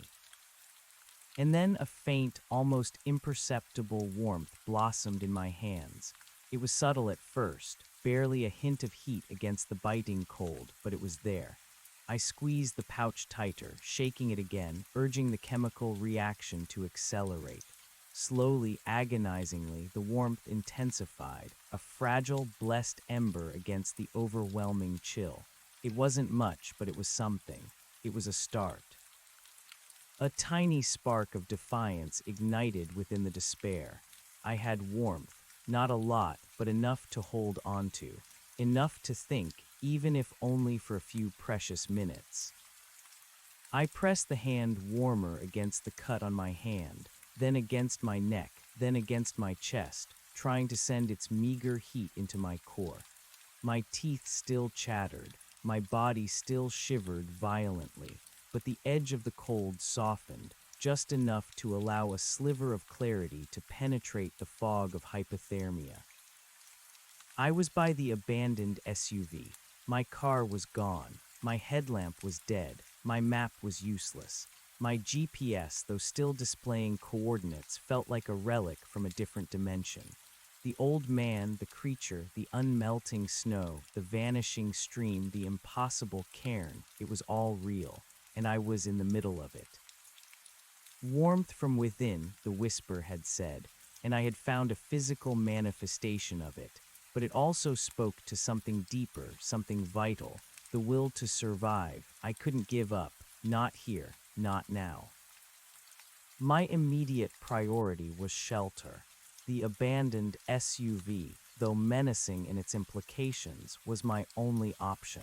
I had to get inside. I pushed myself up, my muscles screaming in protest, every movement in agony. The hand warmer, clutched in my gloved hand, provided a small psychological anchor. I circled the SUV again, my movements clumsy, my eyes straining in the deep darkness. My vision, still blurry from cold and exhaustion, struggled to make out details. I tried the door handles again, frozen solid. I kicked at the side panels, at the wheel wells, hoping to dislodge some snow, to find a weak point. Nothing. The dry snow was packed around the vehicle like concrete. I remembered the old man's words. You shouldn't have stopped here. This is where the others ended their journey. And you're not like them, not yet. The words were a chill that cut deeper than the cold. I wasn't going to end my journey here. I refused. I found the passenger side again where I had cut my hand. I ran my numb fingers along the metal, searching for any vulnerability. The glass of the window, opaque with frost, felt solid.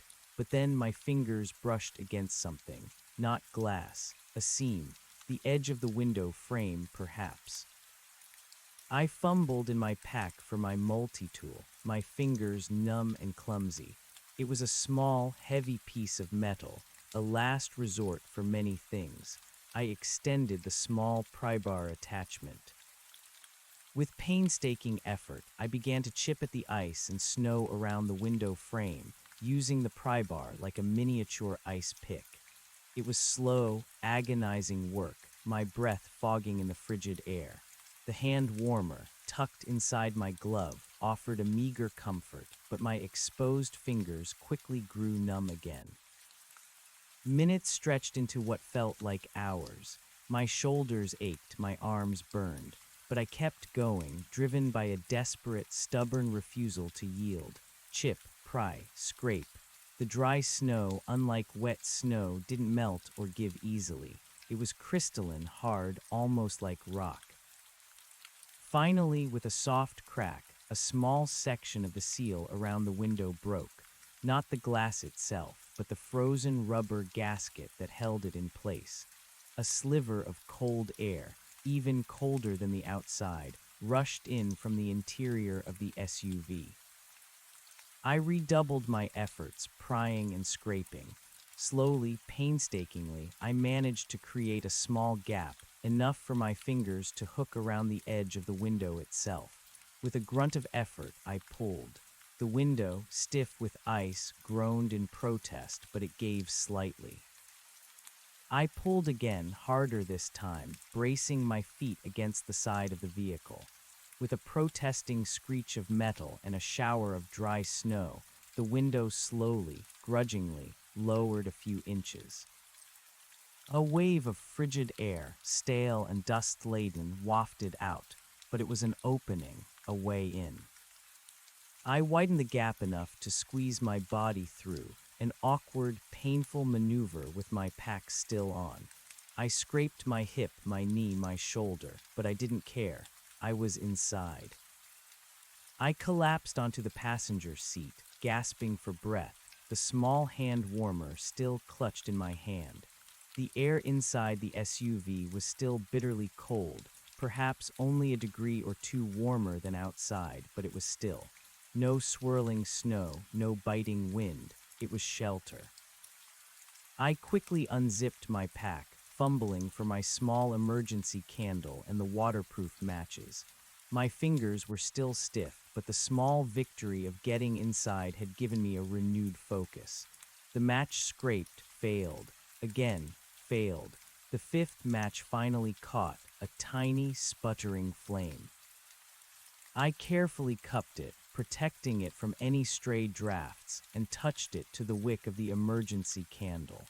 The wick caught, a small, steady flame blossoming, casting a flickering, orange glow around the cramped interior of the SUV.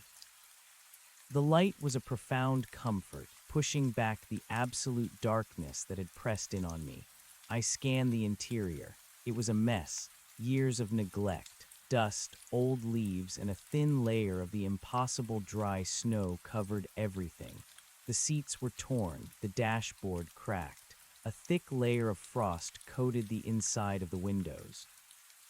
But there were things here, relics of the others, perhaps.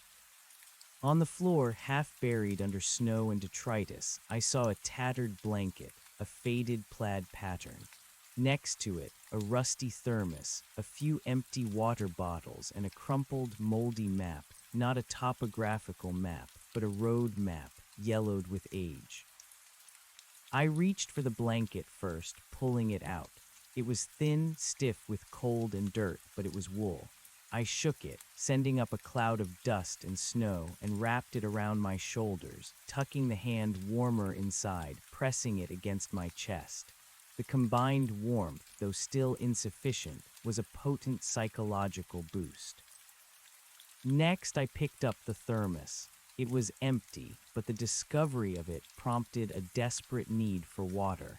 I still had no water. The dry snow was useless. My mouth was a parched desert. I remembered the stream, gone without a trace. The snow that refused to melt. This entire world seemed designed to deny the most basic human needs. I pulled out the moldy road map, unfolding it carefully in the candlelight. It was for this region, dated years ago. I traced my finger along the faded lines, trying to make sense of it. The roads, the towns, they were all there, just as I remembered them from my own map. But my map was now useless, disconnected from the reality outside. I needed to know where I was, what was happening, and I needed water. I forced myself to be methodical. First, search the car thoroughly. Every nook, every cranny, perhaps something had been left behind. I moved to the glove compartment, prying it open. Inside, more dust, old papers, a few spent shotgun shells, and a small, leather-bound journal. My heart leaped. A journal. This could hold answers. I pulled it out, my fingers trembling. The leather was dry and brittle, the pages yellowed. I opened it carefully, holding it close to the candle flame. The handwriting was faded, cramped, but legible. The first few entries were mundane, logging trips, observations about wildlife. But then the tone shifted. August 14th, back in the mountains. Weather's been odd. Dry snow, even in summer, like powder, not melting. Never seen anything like it. Ground's hard as rock, streams running low. My breath hitched, dry snow in summer. This wasn't a recent phenomenon then. It had been happening for a while. Years, maybe, if this journal was as old as the car. I turned the page, my eyes scanning rapidly. August 18th, camped by the creek. Heard something last night. A low hum. Vibrated right through the ground. Went out to check, but saw nothing in the mist. Uneasy feeling. The hum, the same hum I had heard. My blood ran cold. This wasn't just my experience. Others had witnessed it. The others, the old man had spoken of. August 20th, the creek's gone. Just gone, dry bed. No water, tried digging, nothing. This snow, it just absorbs everything. No runoff, no moisture, and it's still falling. Unnatural. Felt like I was being watched today. A long shadow in the mist. The vanished stream, the silent watcher. It was all here in this journal. This person, the owner of this SUV, had experienced the exact same horrors. August 22nd found a cairn in a cave, small, carefully built, and on top a snowflake, perfect, not melting. It's a message. I don't know who for or why. The snowflake, the exact same impossible, unmelted snowflake. My skin crawled. This person had been here before me, a precursor, a warning. The entries grew more frantic, the handwriting more jagged.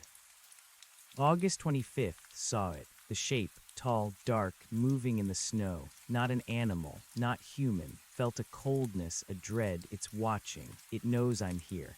My water's almost gone. This snow, it's a killer. August 27th, it spoke. My name, whispered from the mist. It knows. It knows. I can't stay. Must get to the road, to my truck, my car. But the path is gone. Everything is covered. I'm losing my way.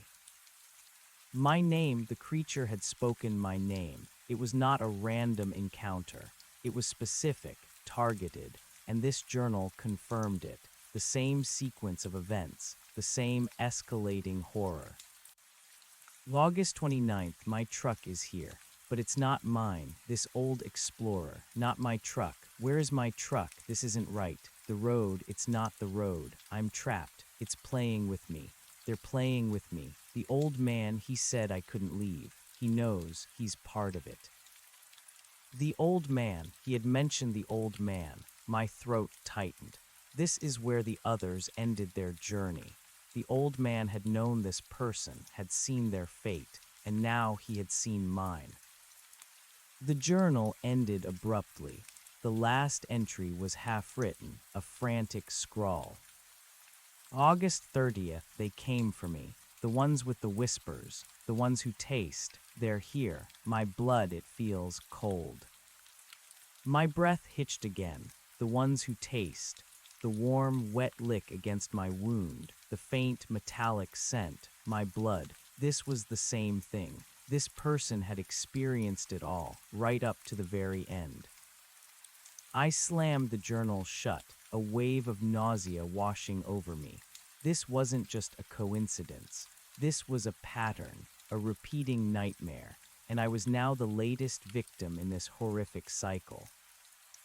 I looked around the dark, dusty interior of the SUV, suddenly seeing it as a tomb. This person, the journal's owner, had died here, alone, hypothermic, and perhaps something else. Something had come for them. The whispers, the tasting. I felt a fresh, icy wave of despair. My survival efforts felt futile. I was just following a script, an inevitable progression towards the same end. But then the quiet whisper, warmth, comes from within, echoed again in my mind. It was a faint, almost subconscious thought, but it was there, and with it, a tiny, defiant spark. The journal owner had given up. They had written their last entry, their fear and despair palpable on the page. But I hadn't, not yet. I had found the hand warmer. I had gotten inside. I had found the journal. I was still fighting.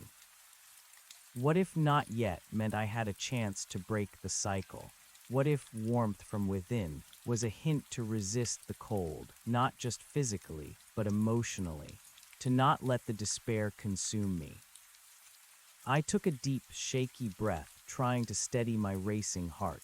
I was still in danger, grave danger, but I had information, and I had a small, flickering candle. I opened my pack again, pulling out my small stove. Even without water, I could try to generate some heat from the fuel. It was a risky idea, burning propane inside a confined space, but I was desperate. The old blanket, the candle, they were not enough to fight the deep, pervasive cold that was still seeping into my bones. I found a relatively flat spot on the floor, clearing away some snow and dust. I carefully set up the stove, making sure there was a small amount of ventilation from the barely open window. It wasn't ideal, but it was the best I could do. I ignited the stove. A small blue flame flickered to life, offering a surprising amount of concentrated heat. The smell of propane and burning dust filled the small space, but I ignored it. I held my numb hands over the flame, feeling the blessed warmth radiating through them. It was a profound relief, pushing back the deep chill that had settled in my bones. As the stove warmed the immediate area, I allowed myself a moment to gather my thoughts. What was my plan, the road ahead, the town, the closest sign of actual civilization? I had to try, but I couldn't just walk out into the blizzard without water and with fading strength. I needed to find a way to get water. The dry snow was useless. But what about the SUV itself? Condensation, perhaps. I looked at the frosty windows. A thin layer of ice had formed on the inside. If I could warm the car up enough, perhaps it would melt and I could collect it. It was a desperate hope, but the only one I had. I wrapped the blanket around myself again, huddling closer to the stove, letting the heat soak into me. I still shivered violently, but the edge of the hypothermia began to recede. My mind, though still reeling from the horrors of the journal, began to function more clearly. I had to be careful with the propane. I only had a limited supply. I couldn't keep the stove running constantly. I'd have to use it in bursts, warming myself, then letting the residual heat do its work while conserving fuel. As the small flame continued to burn, slowly, incrementally, the temperature inside the SUV began to rise. The frost on the windows started to glisten, then to slowly, almost imperceptibly, bead into tiny droplets of water. It was working, a tiny, miraculous victory. I fumbled for one of the empty water bottles I had found. I used the edge of my multi-tool to scrape the tiny beads of water from the window onto my glove, then squeezed the glove into the bottle. It was agonizingly slow. Each drop was a treasure. It took what felt like an eternity to collect a few mouthfuls of water, but it was enough. Enough to wet my parched throat, to moisten my thick tongue, to bring a tiny bit of relief. It tasted metallic, cold, but it was water. Real water. I kept scraping, kept collecting. Slowly, methodically, I managed to fill the small water bottle about a quarter of the way. It wasn't enough to sustain me for long, but it was a start. As I worked, the warmth from the stove and the small sips of water began to revitalize me. My shivering lessened. My thoughts cleared further. I felt a tiny, fragile pulse of hope. I was still alive. I was still fighting. I glanced at the journal again, the last entry haunting me. They came for me. The ones with the whispers, the ones who taste. They're here. My blood, it feels cold. The cold blood part, was it a reference to hypothermia or something else? Something they did. The creature had radiated an impossible cold. The whisper had come from the unseen one that tasted my blood. Were they draining warmth, draining life? I shivered, but this time it was from dread, not just cold. I had to get out of here. I couldn't stay in this tomb. I used the last of my propane for another short burst of heat, warming myself as much as possible, trying to store up heat in my body. Then I turned off the stove, carefully letting it cool. I tucked the precious water bottle into an inside pocket, close to my body, to prevent it from freezing. I needed to rest. Even a few hours of sleep would help. But how could I sleep with the horrors of the journal swirling in my mind, with the creature, the old man, and the blood-tasting entity potentially lurking outside, or even inside, the car? I wrapped the old blanket tighter around me, pulling my sleeping bag from my pack and crawling inside, huddling on the dilapidated passenger seat. The flickering candle, my only source of light, cast long, dancing shadows that made the interior of the SUV seem alive, populated by unseen figures. I closed my eyes, but sleep wouldn't come. Every creak of the car, every soft brush of snow against the windows made me jump. I kept seeing the old man's impassive face, his piercing blue eyes, and the final, frantic words of the journal's owner. The whisper, warmth that comes from within, repeated in my head, a strange comfort, a silent directive. I focused on it, on the fragile warmth inside me, on the determination to survive. I wouldn't be the others. I wouldn't end my journey here. As the long, terrifying night slowly gave way to the faint, gray light of dawn, the snow was still falling, thick and silent. The candle, having burned low, finally flickered and died, plunging the SUV into a dim, oppressive gloom. I unzipped my sleeping bag, stiff and aching, but surprisingly not as cold as I had been the previous night. The blanket, the small amounts of collected water, and the bursts of heat from the stove had made a difference. I had survived the night, a small victory, but a significant one. I checked my water bottle. It was still a quarter full, not much, but enough for a few more sips. I took a cautious drink, savoring the cold, metallic taste. I looked at the journal, now tucked safely inside my pack. The answers it held were terrifying, but also empowering. I wasn't going into this blind anymore. I knew what to expect, or at least I knew what had happened to others. I needed to go. I couldn't stay in this tomb, this monument to the lost. The logging road, according to my GPS, eventually led to the nearest town. I had to believe that the town was still there, that the world beyond this nightmare was still intact. I packed my gear, carefully stowing the empty fuel canister, the small stove, the tattered blanket, and the precious quarter-full water bottle. My multi-tool, my only real means of defense or utility, was firmly clipped to my belt. Before I left, I looked at the old SUV one last time. It stood as a silent warning, a testament to those who had come before. I touched the passenger seat, a silent acknowledgement of the person who had died here, who had left their story for me to find. "I won't be like you," I whispered, my voice hoarse but firm.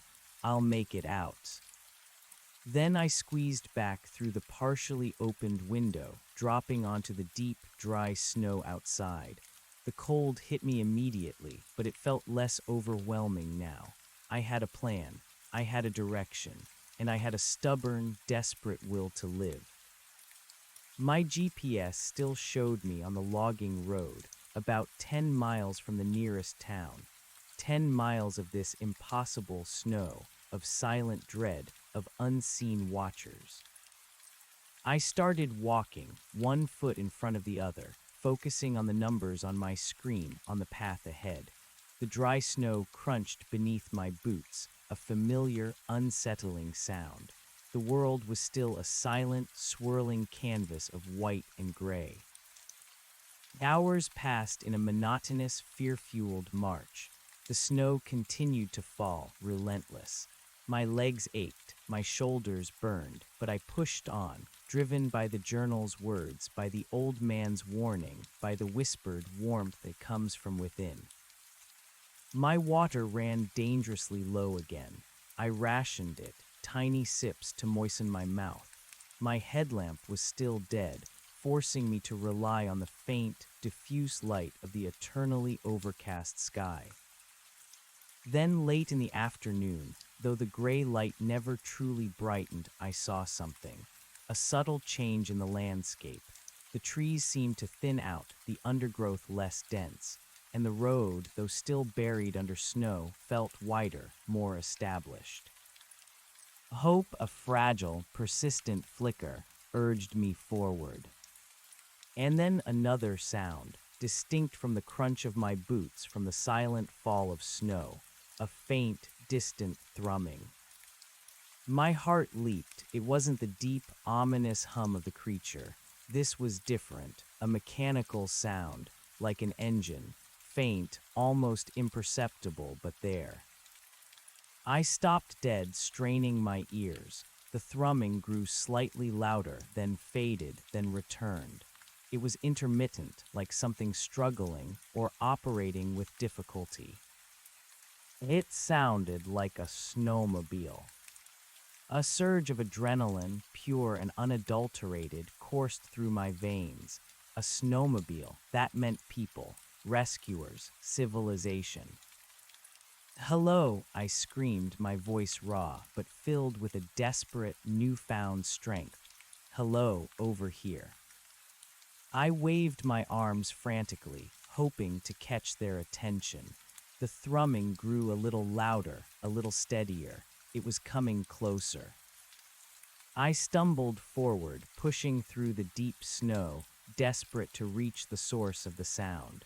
The thought of rescue, of warmth, of a return to sanity, fueled my exhausted body. The thrumming intensified, becoming a clear, unmistakable engine noise. And then, through the swirling white, a dark shape emerged. It was a snowmobile moving slowly, cautiously, its single headlight cutting a dim path through the falling snow. And on it, a figure, bundled in heavy winter gear, a helmet obscuring their face. Hey, I screamed again, tears streaming down my face, freezing on my cheeks. Here, I'm here. The snowmobile stopped. The engine idled, a low rumble breaking the oppressive silence. The rider slowly turned their head towards me. My heart pounded with frantic hope. I had made it. I was saved. The rider, without a word, slowly lifted their hand. Not a wave of greeting, not a sign of recognition. It was a slow, deliberate gesture like the old man's, and it pointed. Not at me, but past me, back the way I had come, back towards the abandoned SUV. My breath hitched, dread, cold and familiar, began to seep into my elation. Then the snowmobile rider, their voice muffled by the helmet, spoke. It was a flat, even tone, devoid of emotion, eerily similar to the old man's. You should not have left the road, the voice said, the words cutting through the snowmobile's idle with chilling clarity. The others, they waited for you. My blood ran cold. The others, not the journal owner, my others, who, what? The snowmobile rider, still pointing back the way I had come, slowly turned the handlebars. The engine revved slightly. Wait, I cried, my voice cracking. What are you talking about? Who are you? But the rider didn't answer. They just turned the snowmobile around, slowly, deliberately, the headlight sweeping across the swirling snow. And then with a final, echoing thrum, they started to move, heading back the way I had come, back towards the deeper wilderness, back towards the abandoned SUV. No, I screamed, running after them, stumbling in the deep snow. Don't go, please take me with you. But the snowmobile, its engine growing louder, picked up speed. Its single headlight became a fading pinpoint in the swirling white, and then it vanished completely, swallowed by the relentless snow. I collapsed into the snow, my body shaking with a fresh wave of despair and terror. Not rescue, not salvation, another terrifying encounter, another riddle, another warning. The others, they waited for you. What did that mean? What others? I lay there shivering, the cold rapidly reclaiming its grip on my exhausted body. The snowmobile, the promise of rescue, had vanished, leaving me more alone, more terrified than before. It wasn't just a place of alien horror, it was a place of manipulation, of cruel psychological torment. I had come so close, so incredibly close, and now I was stranded again, the hope of rescue snatched away, replaced by an even deeper, more chilling mystery. I had to move. I couldn't stay here, not after that encounter. But where? Back towards the abandoned SUV, or forward into the unknown towards the phantom town. My mind was a whirlwind of confusion, fear, and shattered hope. The snow continued to fall, thick and silent, a relentless white curtain enclosing me in this impossible, alien world. I pushed myself up again, my body screaming in protest. Forward, I had to go forward. The town was still my only hope. Even if it was a phantom, even if it was a lie, it was the only direction left. I started walking again, one agonizing step after another. The thrumming of the snowmobile, though long gone, still echoed in my ears, a cruel reminder of what I had almost had. As I walked, the landscape began to change slightly. The trees grew taller, older, forming a denser canopy overhead. The snow, though still deep, seemed to have less wind-blown drift here, and then, through a break in the trees, I saw something. Not a road, not a car, not a creature. It was a structure, large, dark, barely visible through the swirling snow and thick trees.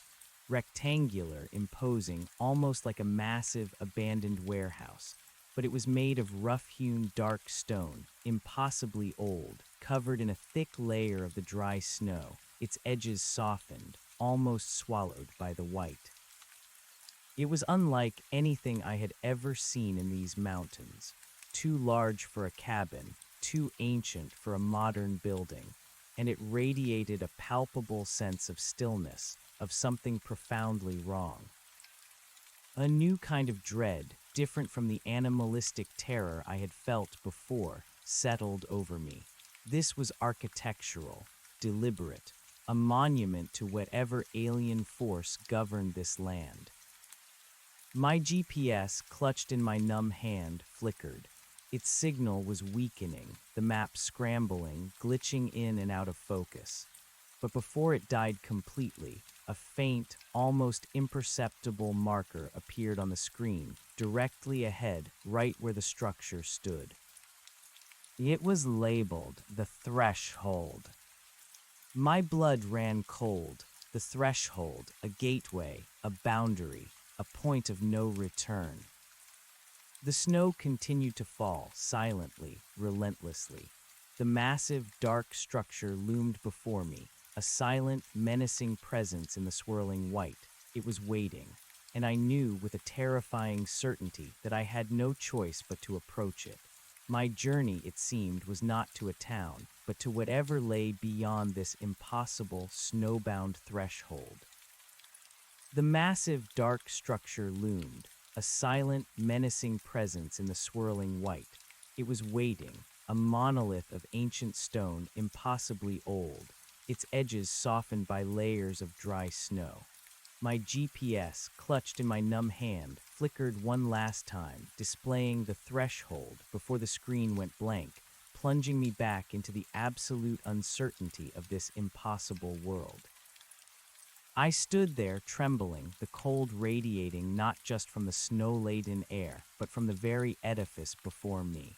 It wasn't the bitter, physical cold of the wilderness. It was a deeper, spiritual cold, a chill of ancient, forgotten things. My earlier fears of the creature, the old man, even the blood-tasting whisper, seemed to coalesce into this one daunting presence. This was it, the heart of the nightmare. The structure was colossal, far larger than I had initially perceived, rising perhaps 4 or 5 stories high, stretching hundreds of feet wide and receding deep into the forest. It was a rectangle of perfectly fitted dark gray stones, seamlessly joined without mortar, creating an impression of immense strength and unyielding durability. There were no windows, no visible doors, just a smooth, unbroken facade of stone, textured by the clinging dry snow. The air around it was utterly still, devoid of even the faint whispers of wind that had accompanied me for days.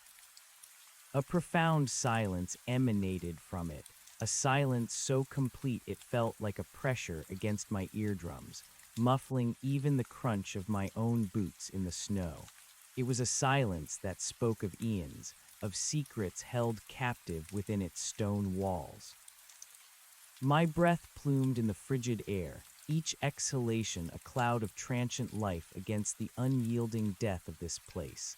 My heart hammered against my ribs, a frantic drumbeat of terror and a strange, desperate curiosity. I had to know. I had come this far. There was nowhere else to go. I took a tentative step forward, then another, the snow surprisingly shallow closer to the structure, as if the building itself repelled the drifts. As I drew nearer, the details became clearer. The stones, though ancient, were carved with an unnerving precision, their surfaces surprisingly smooth despite the apparent age. And then I saw them, faint, almost imperceptible etchings on the stone. Not hieroglyphs, not symbols I recognized, but swirling, organic patterns that seemed to writhe and flow across the surface, like intricate veins or roots. They pulsed with an almost imperceptible dark energy, a subtle visual hum that vibrated just beyond the edge of normal perception. I reached out a gloved hand, touching the cold stone. It felt unnaturally smooth, almost slick despite the frost. The pattern seemed to sink into the stone, not carved onto it, but woven into its very being. As my fingers traced the swirling lines, a faint tremor ran through the stone, and I felt a faint, almost imperceptible vibration in my fingertips, like a distant, low-frequency hum. The same hum I had heard at the creek, the same hum mentioned in the journal. It was emanating from the structure itself. My eyes scanned the immense wall, searching for any sign of an entrance. There was nothing, just the unbroken expanse of dark, patterned stone. I walked along its base, my boots sinking into the dry snow, my head tilted back, craning my neck to see the top, which vanished into the eternally overcast sky.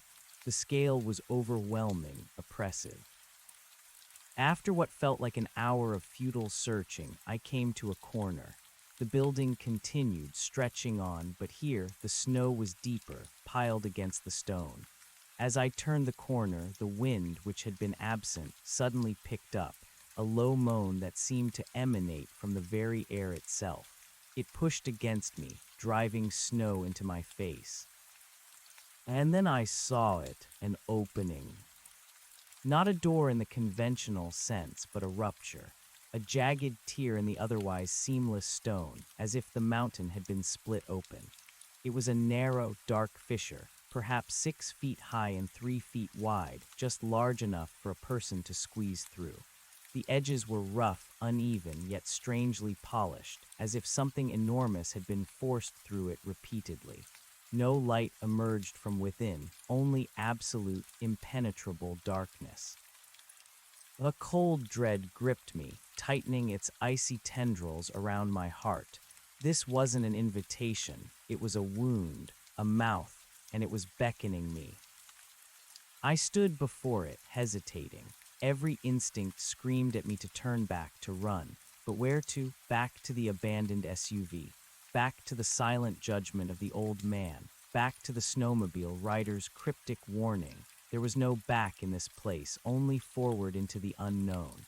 And the journal's story, the old man's words, the creature's whisper, they all pointed to this place, this ultimate threshold. I fumbled for my multi-tool, extending the small knife blade, my only defense. My heart pounded a frantic rhythm against my ribs. I took a deep, shaky breath, trying to steady myself. Warmth comes from within, I whispered, the words a desperate prayer, a defiant mantra. I would not be the others. I squeezed through the narrow opening, my pack scraping against the rough stone, sending showers of dry snow cascading around me. The air inside was even colder, stiller than outside, devoid of any natural scent, just a profound, ancient emptiness. The passage was brief, a short, tunnel-like constriction, and then I emerged into a cavern. Not a natural cave, but a vast, artificial chamber, carved from the same dark stone as the exterior. The walls, floor, and ceiling were smooth, perfectly planed, echoing the intricate, swirling patterns I had seen outside. The scale was breathtaking, dwarfing anything I had imagined. It stretched into the darkness beyond the reach of my vision, the ceiling arching high above, lost in the gloom. The absolute darkness was total, suffocating.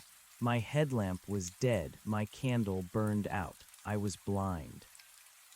Panic, cold and sharp, threatened to overwhelm me. I pressed my hand against the cold stone wall, trying to orient myself. The air was dead, heavy, without a whisper of a breeze. My own breathing sounded impossibly loud in the profound silence. I fumbled in my pack for my emergency lighter, my hands trembling. This was it. If I couldn't get a light, I was truly lost. The first flick, nothing.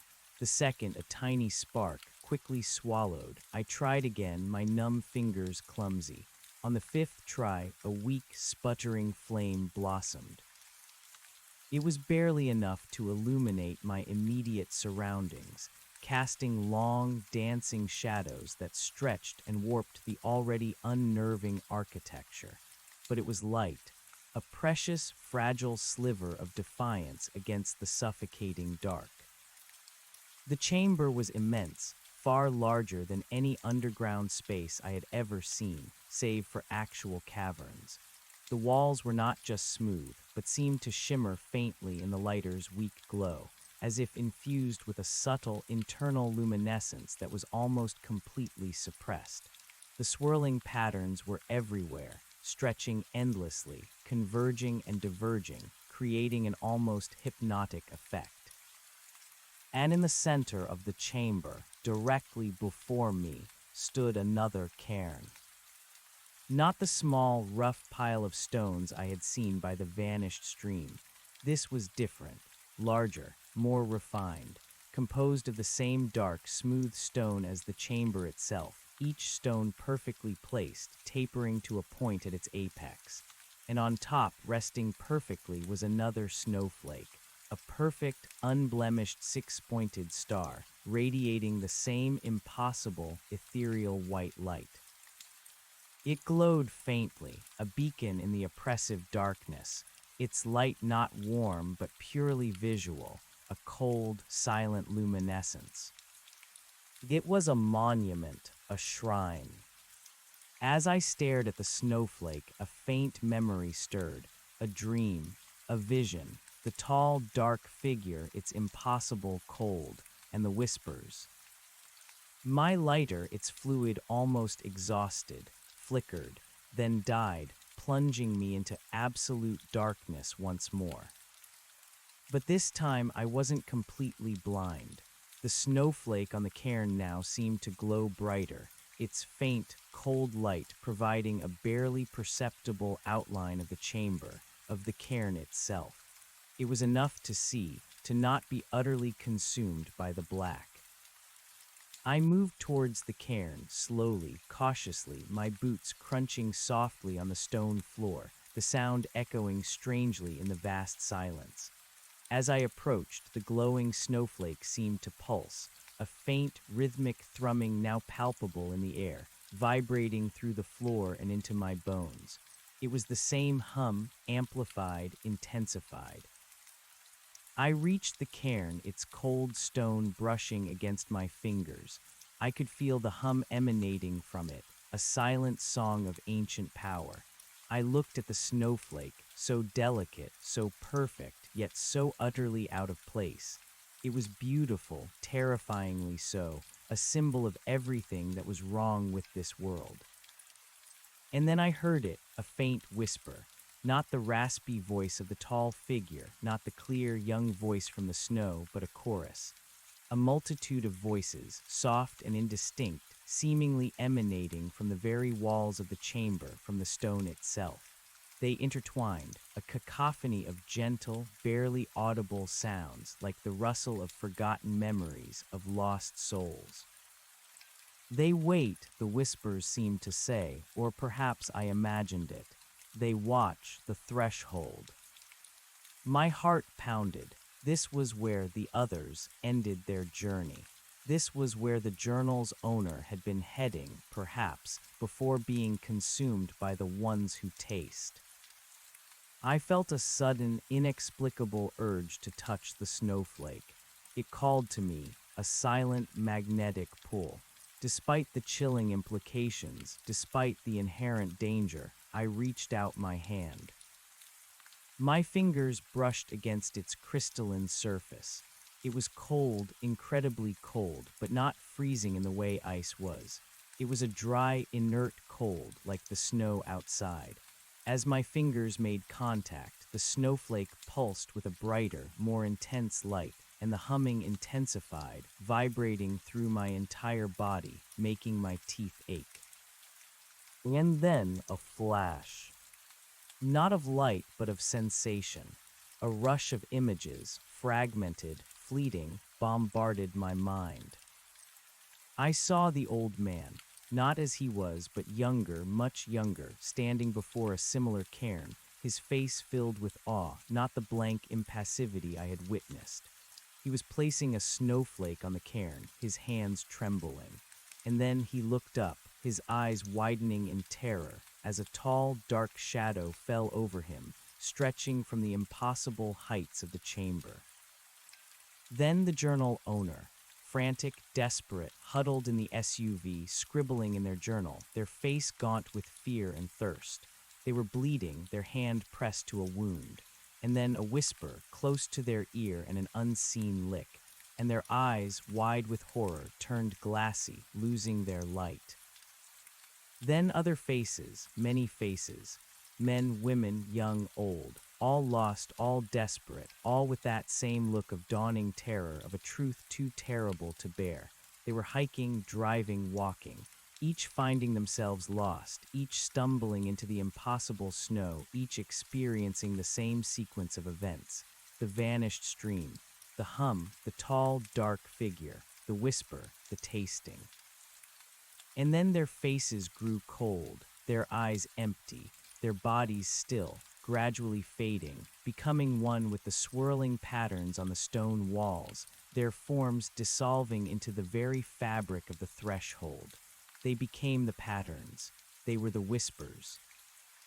My breath caught in my throat. This was it. This was the fate of the others. They weren't just dying, they were being absorbed. Their essence, their life force, their warmth, drained away, becoming part of this ancient, malevolent architecture. They powered it. They were the warmth from within that fueled the cold. The vision ended as abruptly as it began, leaving me reeling, gasping for breath, my hand still pressed against the snowflake. The humming subsided, the light from the snowflake dimmed, returning to its faint glow. The chorus of whispers died down, replaced by the profound, ancient silence. I pulled my hand away, my body shaking with a fresh wave of terror and understanding. The truth was far more horrifying than I could have imagined.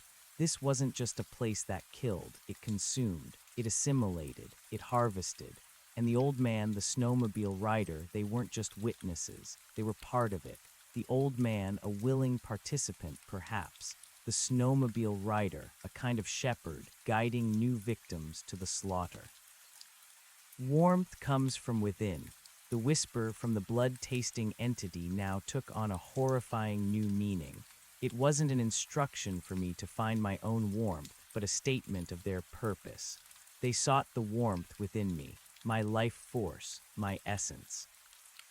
I backed away from the cairn, stumbled, and fell to the cold stone floor, my heart a frantic, terrified drum against my ribs. My head throbbed. My vision swam. The profound silence of the chamber felt like a judgment, an echo of all the lost souls that now resided within its walls. I scrambled to my feet, my mind racing, desperately searching for an escape, a way out. I couldn't stay here. I wouldn't become a part of this monstrous place, a pattern on its walls. I strained to see in the dim light of the snowflake, trying to find another exit, any other way out. The chamber stretched endlessly, and the darkness seemed to press in on me, almost solid, a physical weight. Then, as my eyes adjusted, I noticed something else in the distance, at the very edge of the snowflake's faint illumination. Another structure within the chamber, larger than the cairn, rectangular, dark, and utterly silent. It looked like a raised platform, or perhaps an altar. I had to investigate, the urgency to understand, to find a weakness, a way to fight back, was overriding my fear. I moved cautiously towards the distant structure, my eyes fixed on its vague outline. The floor was perfectly smooth, cold under my boots. The swirling patterns on the walls seemed to shift and writhe in my peripheral vision, as if the absorbed souls were trying to reach out.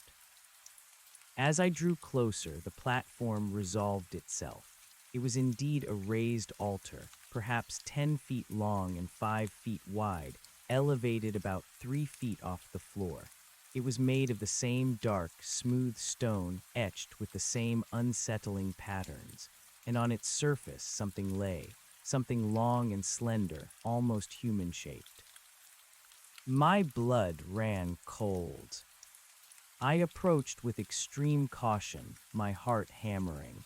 As I got closer, the snowflake's faint light, though distant, was enough to reveal the object with sickening clarity. It was a body. A human body, dressed in modern hiking gear, though aged and faded, as if it had been there for a very long time. The skin was drawn taut over the bones, desiccated, mummified. But it wasn't the desiccation that brought a fresh wave of horror. It was the color. The skin was not natural, not pale or even brown. It was a faint, almost translucent gray, shimmering with the same subtle internal luminescence as the walls. And running through the desiccated flesh, visible beneath the surface, were the swirling, dark patterns, identical to those etched into the stone. The person was not dead, they were the stone, or becoming it, the life force drained, the body transformed, absorbed into the very essence of the threshold. This was the ultimate fate of the others. I gagged, a wave of nausea washing over me. This was the true horror, not a quick death, but an eternal, conscious absorption, a living tomb. And then my eyes fell on the figure's hand, lying open on the altar. Clutched loosely in its grasp was a familiar object, a small black multi-tool, identical to mine. This was the journal owner, the one who had described the same horrors, the same sequence of events. The last frantic entry echoed in my mind. They came for me, the ones with the whispers, the ones who taste. They're here. My blood, it feels cold. The cold blood, not just hypothermia, but the literal draining of warmth, of life, of vitality, transforming the living into shimmering, cold stone. I backed away from the altar, my entire body screaming in revulsion and terror. I couldn't become this. I wouldn't. My mind, though shattered by what I had witnessed, began to piece together fragments of defiance. If the old man and the snowmobile rider were part of this, if they were guiding people here, then there had to be a way to resist. The journal owner had succumbed, but I wouldn't. Warmth comes from within. The whisper returned to me, no longer from an unseen source, but from my own mind, a mantra against the encroaching cold. My own defiance, my own stubborn refusal to yield, was my only weapon. I turned and ran, not towards the entrance, but deeper into the chamber, desperate to find anything, any other exit, any clue, any weapon against this impossible horror. The snowflake's light, still faint, seemed to recede behind me, swallowed by the vastness of the chamber.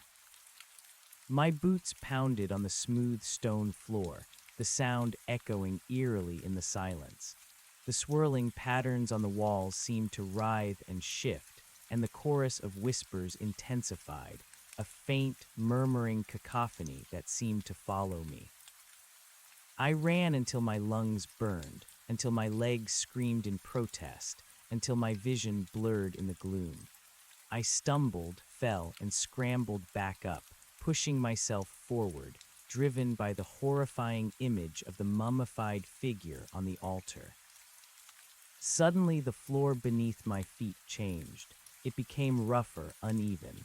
I slowed, my hand outstretched, brushing against a change in the wall texture.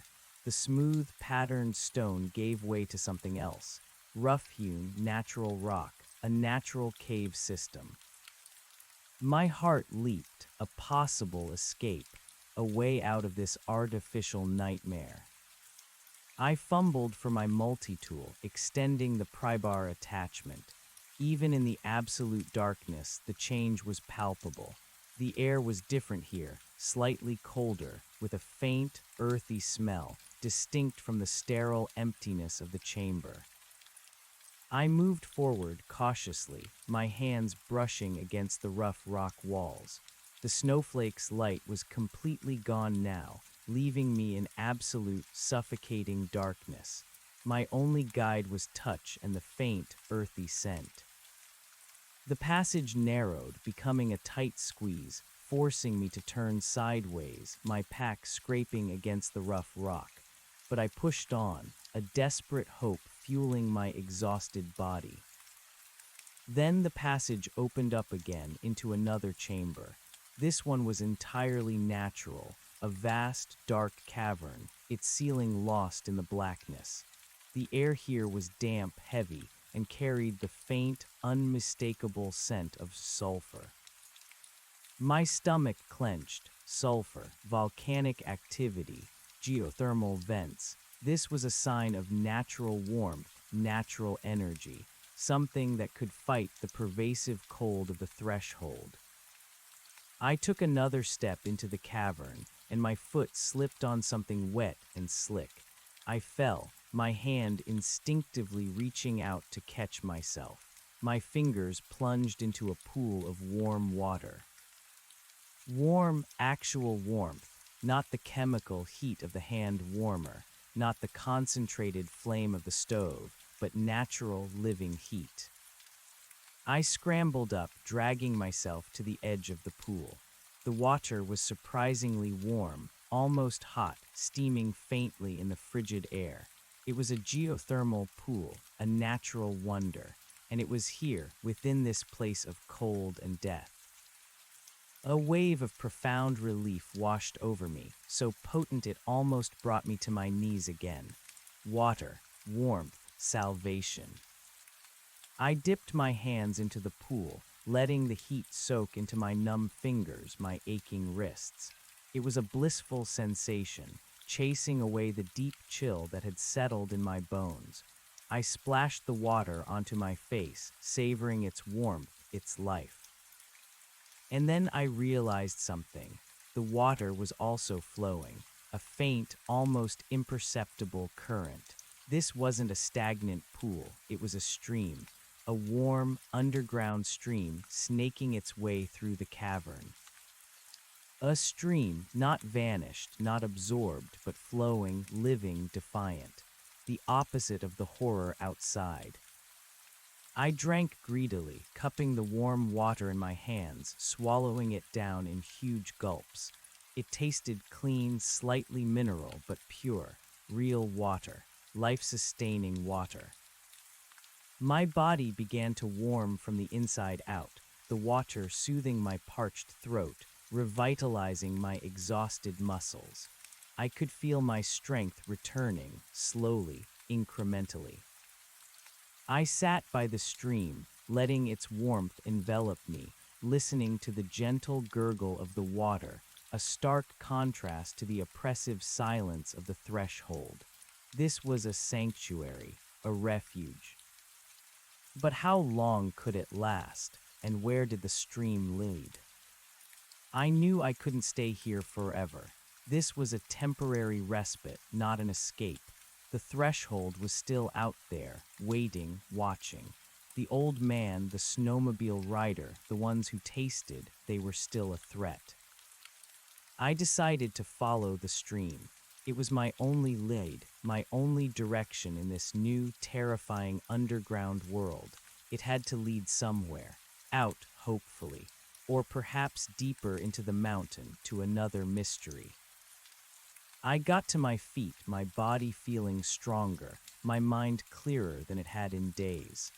I filled my precious water bottle, savoring the feeling of its weight, of the life-giving liquid it contained. I began to move along the edge of the stream, my hands brushing against the rough cavern walls, guiding me in the absolute darkness. The air grew slightly warmer as I went, the scent of sulfur intensifying, indicating I was moving deeper into the geothermal activity. The stream wound its way through a series of smaller caves and passages, sometimes narrowing to a trickle, sometimes widening into shallow pools. The darkness was absolute, but the constant sound and feel of the water was my lifeline. After what felt like hours, the passage began to widen significantly. The air grew noticeably warmer, almost humid, and the scent of sulfur became quite strong. And then faintly, through the profound darkness, I saw it. A glow. Not the cold, ethereal light of the snowflake, but a warm, orange-red luminescence, emanating from ahead, from around a bend in the cavern. My heart leaped again, this time with a mixture of fear and awe. What new horror, or what new wonder, lay ahead? I moved cautiously towards the glow, my multi-tool clutched in my hand, ready for anything. As I rounded the bend, the cavern opened into a truly massive chamber, its ceiling lost far above, illuminated by the source of the glow. It was a vast, underground lake of molten rock, a lava lake. The sight was breathtaking, terrifying, and profoundly beautiful. Rivers of incandescent orange and red magma flowed and swirled, casting a hellish, pulsating light across the cavern walls, revealing intricate formations of stalactites and stalagmites, glinting with mineral deposits. The heat was intense, radiating outwards in waves, quickly warming the entire chamber to a sweltering temperature. The air was thick with the scent of sulfur and ozone, almost suffocating, but undeniably alive. And in the center of the lava lake, rising like an island, was a single, impossibly tall column of the same dark, smooth stone I had seen in the threshold. It was perfectly round, perhaps 20 feet in diameter, rising hundreds of feet, its top lost in the smoky, incandescent gloom above. And etched into its surface, shimmering in the lava light, were the same swirling, organic patterns. This was no ordinary geological formation. This was connected. This was part of the threshold, a deeper, more primal heart. As I stared at the column, mesmerized by its terrifying beauty and the sheer power of the lava around it, I noticed something else. At the very base of the column, where it met the molten rock, there was a faint, almost imperceptible pulsation, a rhythmic surge of energy, radiating outwards, not just heat, but something else, something fundamental. And then I heard the sound, not whispers, not a hum, but a deep, resonant thrum, a vibration that shook the very ground beneath my feet, reverberating through my chest, through my bones. It was the same low hum I had heard at the creek, the same intensified hum from the cairn, but here it was the raw, unrestrained power, the heart of the hum. My mind reeled. This was the source, the core of whatever impossible energy powered this nightmare. The threshold, the unmelting snow, the creature's cold, the absorption of souls, it all stemmed from this place, this monstrous subterranean engine. I stumbled back, overwhelmed by the sheer scale and terror of it. This wasn't an escape, it was a revelation. I had found the heart of the beast. And then from a dark recess high up on the column, above the swirling lava, a faint, almost transparent flicker of light appeared. It wasn't the cold light of the snowflake, nor the warmth of the lava. It was a pure white light, incredibly faint, almost ethereal. It pulsed slowly, rhythmically, drawing my gaze. As I stared, the light solidified, becoming more distinct, taking on a familiar shape. It was a snowflake, a huge, perfectly formed snowflake, glowing with an internal white light suspended high on the column. And it was rotating, slowly, majestically, its delicate edges catching the fiery light of the lava. But this snowflake was different from the others. It wasn't inert, wasn't dead. It seemed to be drawing energy from the lava, from the pulsating column, and radiating it outwards, not as cold, but as something else. Something subtle, something that was almost a warmth, but not quite, an energy. And as I watched, hypnotized, a faint sound emerged from the snowflake itself, a whisper. "The balance is broken." My blood ran cold. The voice was clear now, the same youthful, clear whisper from the snow, the one that had said, "Warmth comes from within." "The balance is broken," the snowflake whispered again, its light pulsing with each word. "The cold consumes, the warmth is trapped." I stood there, frozen, staring at the glowing snowflake at the heart of the lava lake. The whispers from the walls of the threshold, the old man's words, the journal owner's fate, it all rushed together, forming a horrifying, coherent picture. This wasn't just a place of malice, it was a place of imbalance, a battle between elemental forces trapped within this mountain. The cold, driven by the creature and the threshold's consumption, was overpowering the warmth, the very life of the land. "You are a bridge," the snowflake whispered, its light intensifying, its voice now resonating directly in my mind, a flicker of warmth in the encroaching cold. My mind reeled, a bridge, a flicker of warmth. What did that mean? What was I supposed to do? "You found the heart, the core of the imbalance," the snowflake continued, its voice full of ancient sorrow. "The cold feeds here. It drains the warmth, the life." I looked around the vast, terrifying chamber, at the pulsating lava, at the monstrous column, at the glowing snowflake. The realization was both terrifying and liberating. I wasn't just a victim. I was a witness, and perhaps a key. The warmth seeks release, but the cold guards its prison. The snowflake's whisper faded, becoming almost imperceptible, its light dimming again, returning to its faint, ethereal pulse. I took a deep breath, trying to process the impossible information. The balance was broken, the cold consumed, the warmth was trapped, and I somehow was a bridge. I looked at the lava lake, at the towering column. This was the source of the immense power, the source of the hum. And the snowflakes, the impossible, unmelted snowflakes, were connected to it. They were not just symbols, they were expressions of this fundamental, broken balance. I had to do something. I couldn't just stand here, not after all I had learned. But what? Fight a primal, elemental force, release the trapped warmth. Against what? The creature, the old man, the very stone of the threshold. My eyes scanned the column, trying to find a path, a weakness, anything that could give me a clue. but the column was smooth, seamless, rising vertically from the molten rock, utterly impassable.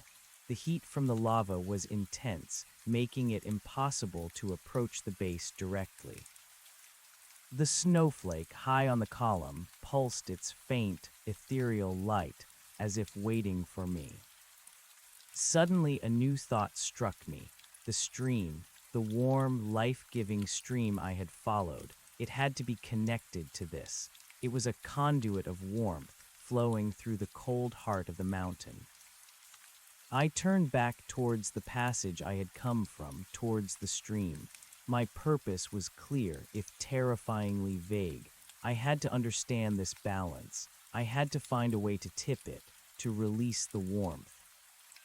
I walked back along the edge of the lava lake, the heat intense, my face stinging. The ancient column, the glowing snowflake, seemed to watch my every move. As I reached the passage leading back to the stream, I paused, taking one last look at the chamber, at the heart of the imbalance. The deep thrumming resonated through me, a silent promise of power and peril. I pushed back into the damp, sulfur-scented passage, the intense heat of the lava lake slowly receding, replaced by the more moderate warmth of the geothermal stream. I was still in absolute darkness, but the whispers of the snowflake, the balance is broken.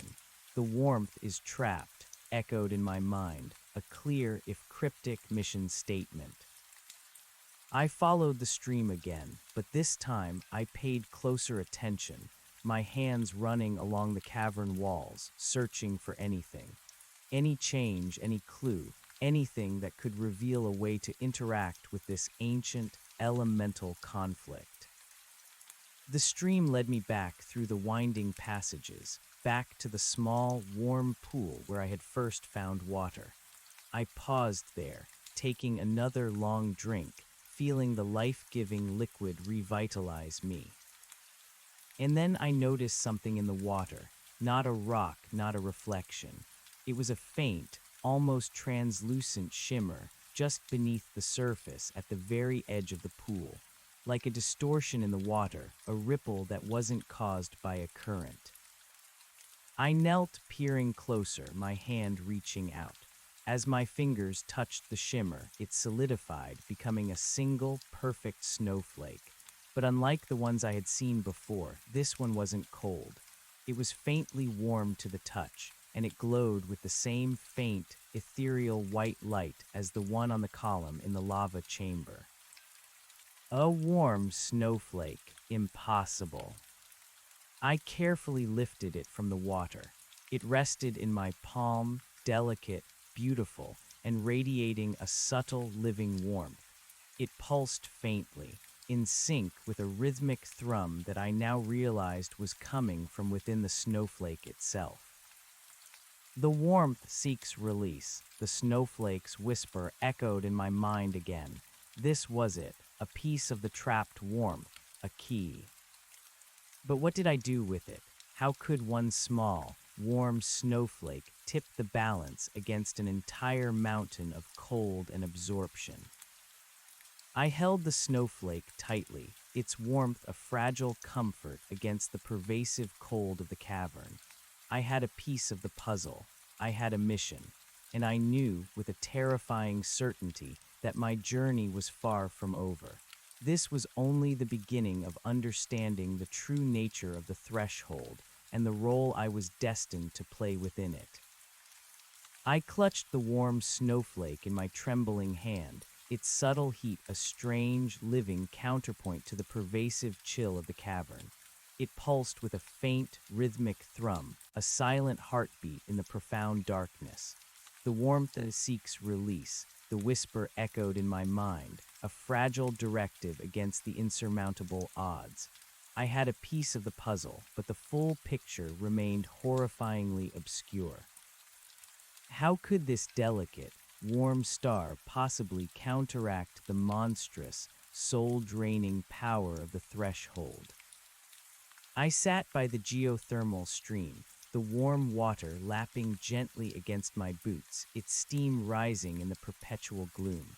My water bottle was full, my body replenished, but my mind was a whirlwind of questions and terrifying possibilities. I was no longer merely surviving, I was on a mission, one whispered by an impossible snowflake from the heart of a molten lake. I looked at the warm snowflake in my palm. It glowed with a soft, ethereal white light, just barely illuminating my fingers. Unlike the cold, inert snowflakes, this one felt alive. I wondered if it was fragile, if it would melt, but its warmth suggested otherwise. It was a paradox, a defiance of nature's rules, much like everything else in this nightmare realm. Instinct told me to follow the stream. It was a conduit of warmth, a vein of life running through this cold, consuming mountain. Perhaps it would lead me not out, but deeper into the mystery, to other aspects of this broken balance. I knew I couldn't return to the lava chamber. It was too dangerous, too overwhelming, and the path forward was unclear. The stream, however, offered a path, a tangible direction. I rose, tightening my pack, the warm snowflake clutched firmly in my hand. Its light, though dim, was enough to faintly illuminate the cavern floor directly ahead of me, a small, moving beacon in the oppressive darkness. It was an improvement from total blindness. I began to walk again, following the gentle current of the stream. The cavern walls, rough and natural here, provided a stark contrast to the smooth, patterned stone of the threshold. The air remained warm, damp, and heavy with the scent of sulfur. The stream wound its way through a labyrinth of passages, some narrow and claustrophobic, others opening into vast, echoing chambers where the sound of the water was amplified into a rushing roar.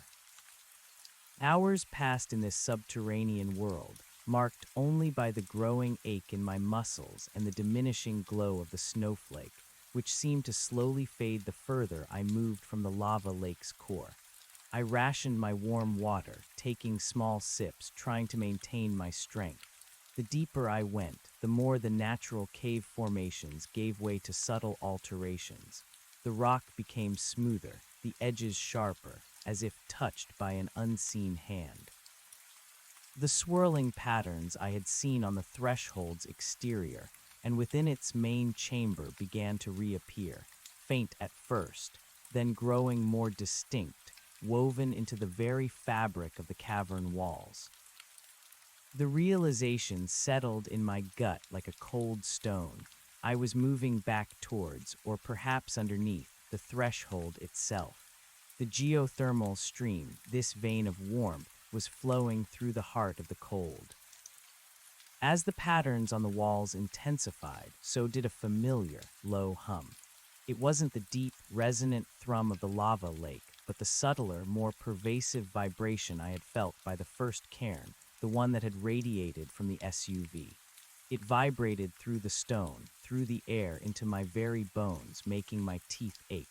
The warm snowflake in my hand pulsed in response, its light flaring momentarily, as if reacting to the encroaching influence of the cold. Then the stream widened, flowing into a shallow, circular pool within a large, domed chamber.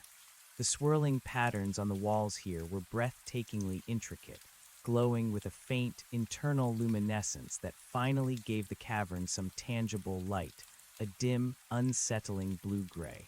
The hum was almost deafening here, a constant, low roar that seemed to emanate from the very stone. And in the center of the pool, rising from the water, was another cairn. But this one was different.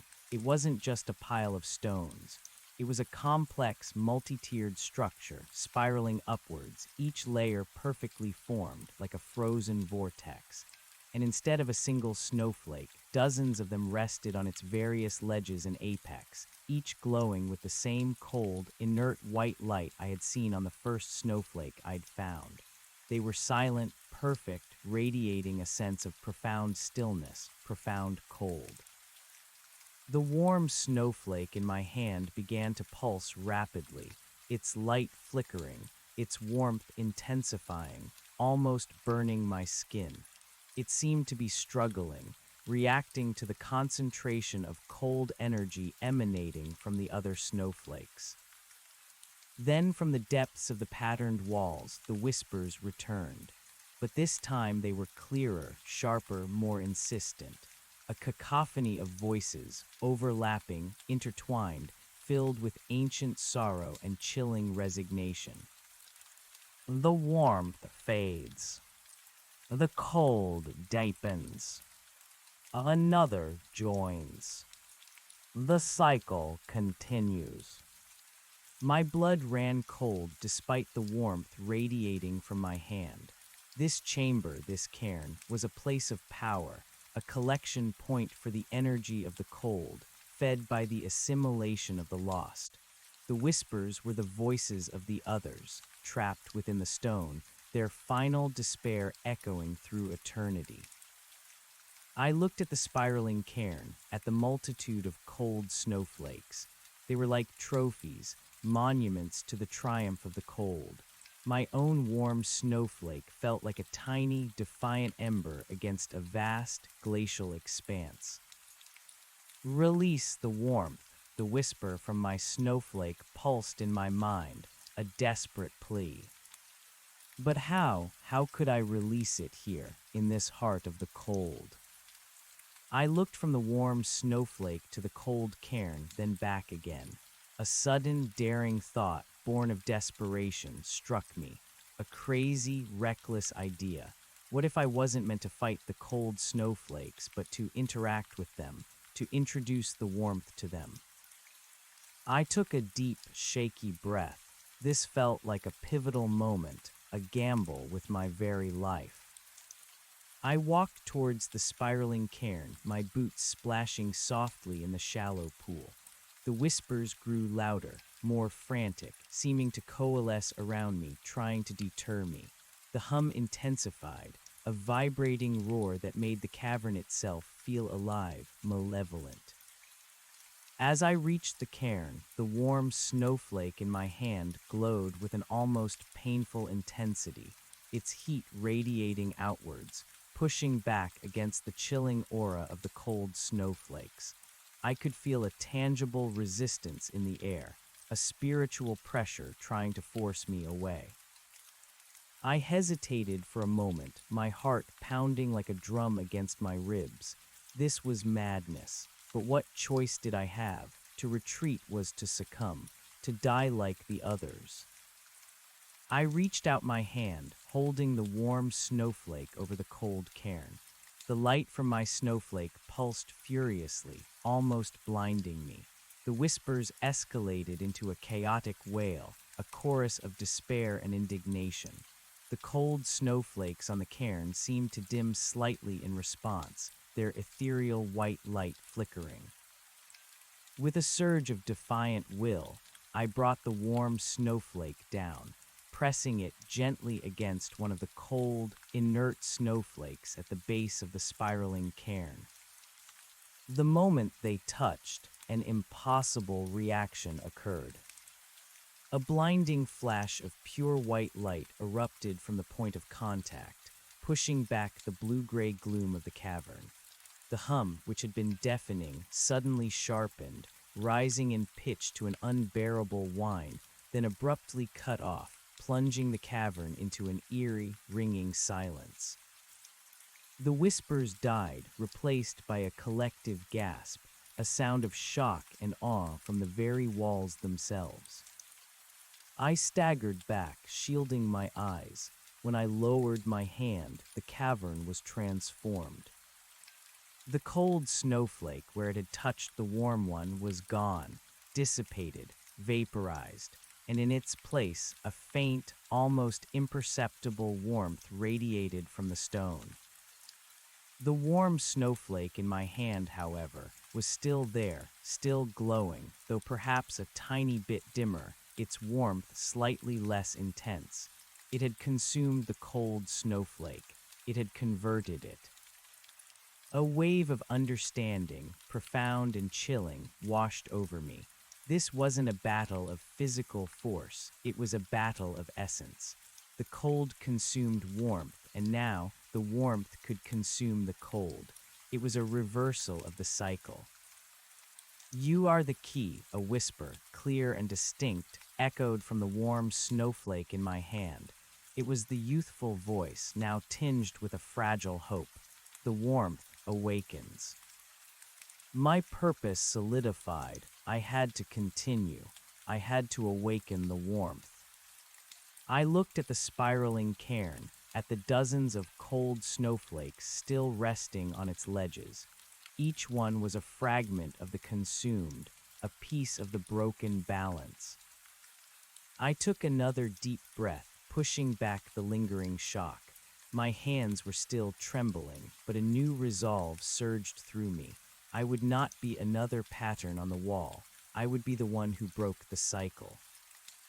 I approached the cairn again, the warm snowflake held out before me like a sword. I touched it to another cold snowflake, another flash, another piercing whine, another disappearance. The walls seemed to pulse with a faint internal tremor, and the whispers, though still present, were now a mixture of terror and a growing, desperate hope. I worked methodically, moving around the cairn, touching each cold snowflake with the warm one. Each contact brought a flash of light, a burst of energy, and the subsequent disappearance of a cold snowflake. The warm snowflake in my hand grew progressively dimmer, its warmth slowly receding with each successful conversion, as if its energy was being expended, dispersed. As I converted more and more of the cold snowflakes, the blue-gray light in the cavern began to shift, warming subtly to a faint, ethereal gold. The hum, which had returned after the initial shock, was now lower, less aggressive, almost a purr.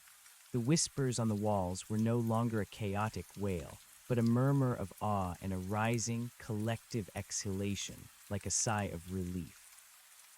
When I touched the last cold snowflake on the apex of the spiraling cairn, the most brilliant flash yet erupted, bathing the entire chamber in a radiant, golden light. The hum swelled to a powerful, resonant chord, beautiful and overwhelming, vibrating through every fiber of my being. And then silence, a profound, absolute silence, different from the oppressive stillness of the threshold. This was a silence of peace, of completion. The golden light slowly faded, leaving the chamber bathed in a soft, internal luminescence that was now a gentle, living gold, emanating from the walls themselves. The swirling patterns, once dark and menacing, now pulsed with this soft, golden glow, no longer seeming like etched patterns of lost souls, but like intricate, flowing rivers of light. I looked down at my hand. The warm snowflake was gone, completely dissolved. Its light, its warmth, its energy expended in the act of conversion, but its mission had been accomplished. The cairn itself, once spiraling and dark, was now smooth, its edges softened, almost rounded, shimmering with the same gentle golden light as the walls. It no longer felt like a monument to consumption, but a monument to balance, to release. And then from the walls, a single, clear whisper, not of despair, but of gratitude, resonated in my mind. The warmth is released, the balance restored. A profound sense of exhaustion, both physical and emotional, washed over me. I sank to my knees, leaning against the now warm, glowing stone of the cairn. I had done it. I had broken the cycle. I had released the warmth. But what did that mean for me, for the threshold, for the creature, the old man, the ones who tasted? The balance was restored, but were they truly gone? Was this nightmare truly over? As I rested, gathering my strength, I noticed something else. The geothermal stream, which had been flowing through the pool, was now flowing with a gentle, golden light emanating from the water itself. It was no longer just warm. It was infused with the same subtle, living energy that now permeated the chamber. And as I watched, the golden stream began to flow not just through the pool, but outwards, through new fissures and cracks that seemed to open spontaneously in the chamber walls, leading deeper into the mountain, towards the unknown. It was a river of light, a river of life, spreading the restored balance. A voice clear and strong, though still a whisper, echoed from the golden stream itself. Follow the flow, the threshold weakens, the way opens. My heart, though still weary, swelled with a fragile hope. The way opens. It was not over, but a path had been cleared, a new direction. I pushed myself up, my muscles still aching, but my spirit renewed. I had to follow the stream. It was my only guide, my only hope for escape, for a return to sanity. I began to walk again, following the glowing, golden stream as it snaked its way through the newly opened passages. The air grew progressively warmer, lighter, and the lingering scent of sulfur was replaced by a fresh, clean scent, like spring rain on thawing earth. The hum was completely gone, replaced by the gentle gurgle of the golden water.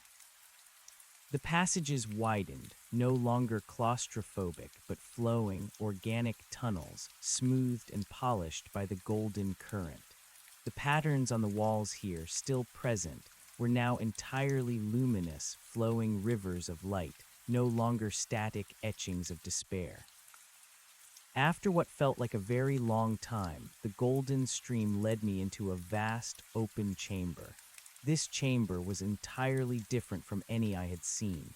It was massive, domed, and above, high in its ceiling, a single, enormous fissure, like a jagged scar, stretched upwards, revealing a glimpse of gray sky.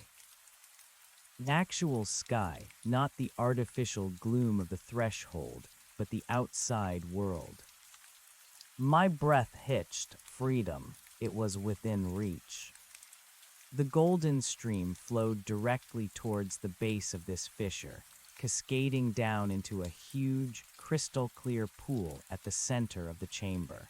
And around the pool, I saw them. Figures, many figures. My heart pounded with a mixture of hope and terror. Were they rescuers, or more of the threshold's agents?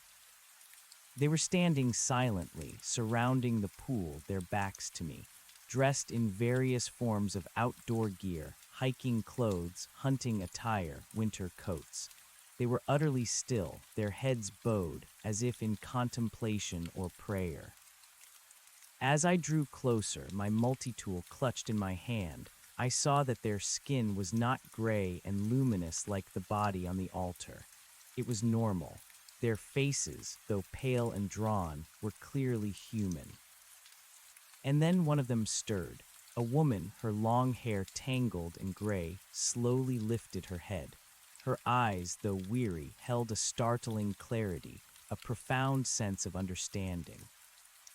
She turned to face me, and then the others slowly turned as well, a silent, expectant gaze settling upon me. Among them I saw him, the old man. His piercing blue eyes, no longer impassive, now held a glint of something I hadn't seen before, recognition, and something else, a flicker of awe. He took a step forward, his voice, though still raspy, now carried a distinct warmth. "You did it," he whispered, his gaze sweeping over me, then to the glowing cairn, and finally to the golden stream flowing through the chamber. "You restored the balance." My mind reeled. He knew. He had known all along. The others, they awaited this, he continued, gesturing to the silent figures around the pool. We were the warmth trapped, the remnants, drawn to the threshold, yet unable to break its hold. We guided those we could, hoping one would find the true warmth, the core, and free us. He was not a collaborator. He was one of them, one of the trapped, a remnant of warmth, guiding, waiting, and the snowmobile rider. Was he also a part of this desperate network? My gaze fell on the figures around the pool. They weren't absorbed. They weren't patterns on the wall. They were human, pale, exhausted, but alive. The others, they waited for you, the snowmobile rider had said. They weren't waiting for me to be consumed. They were waiting for me to save them. The old man, seeing my confusion, offered a weak smile. We were close to the threshold always, drawn by its power, but not fully consumed. Our spirit, our warmth, remained tethered, trapped, fading, but always hoping for release. The ones who tasted, they couldn't take everything if we fought. And you found the true way to fight. He gestured to the fissure above. The way is open now. The mountain breathes again. The cold recedes. A wave of relief, so potent it threatened to buckle my knees, washed over me.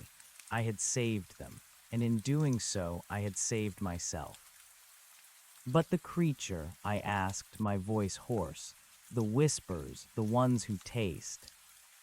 The old man's smile faded slightly. The cold is not gone, it is merely contained, receding. The balance is delicate. It will take time for the land to heal, for the warmth to fully return. But the threshold's grip, it is broken. It can no longer consume. He looked at the golden stream, flowing into the clear pool. This water, it is life, it is freedom. He led me to the edge of the pool. The other figures remained silent, watching, their faces serene now, their long wait finally over. You should go first, the old man said, a gentle urgency in his tone. You are the strongest. The journey out will be long, and the mountain still holds its dangers, though diminished. Take this. He held out a small leather pouch. Dried meat, berries, we have little but enough for a start. I accepted the pouch, my heart filled with gratitude. Thank you, I whispered, my voice thick with emotion. All of you, thank you for waiting, thank you for guiding me.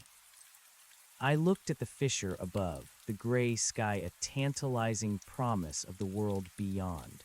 It was a daunting climb, but a climb to freedom, not to doom. I turned back to the old man. What about you, all of you?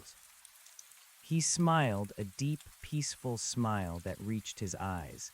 We will follow, slowly. We have been trapped here for so long. The warmth needs to fully re-enter us, but we will make it because of you. I looked at the golden water flowing into the crystal pool. It was inviting, beckoning. I took a deep breath, filled my water bottle one last time from the golden stream, and then stepped towards the fissure. The climb was steep, treacherous, but the golden light from the stream illuminated the path, and the knowledge that I was climbing towards freedom, not despair, filled me with an unshakable resolve. As I began my ascent, hand over hand, foot over foot, the whispers returned. But they were different now, not of sorrow, but of gratitude, of peace, of hope. A chorus of voices, light and clear, resonating from the depths of the mountain. A go free, live for us. The balance holds. The warmth endures. I climbed higher, my muscles screaming, my lungs burning, but I pushed on, driven by the hope that now surged through my veins. The fissure grew wider, the sky brighter. The fresh, crisp air of the outside world, no longer thick with cold and fear, filled my lungs. And then, with a final, desperate heave, I pulled myself out of the fissure, scrambling onto a snow-covered ledge. I stood there, gasping for breath, my eyes blinking against the blinding white. The snow was still falling, thick and relentless, but it felt different now, less oppressive, less menacing, just snow. I looked around. I was high up on the mountain, far above the tree line. The world stretched out before me, a vast, swirling expanse of white and gray, but it was no longer a silent, dead landscape. I could hear a faint, distant whisper of wind, the rustle of unseen branches, the signs of a world returning to normal, even if slowly. I scanned the horizon, searching for any sign of civilization, any sign of the road. but the snow was too deep, the visibility too poor. I was still lost, still in danger. But I was free from the threshold, free from the cycle of consumption, and I had a profound understanding of what had happened and what I had done. I took a shaky step forward, then another, sinking into the deep snow. The air was cold, but it felt clean, natural. I was no longer fighting an impossible, supernatural cold. I was fighting the elements, a challenge I understood, a battle I could win. My journey wasn't over.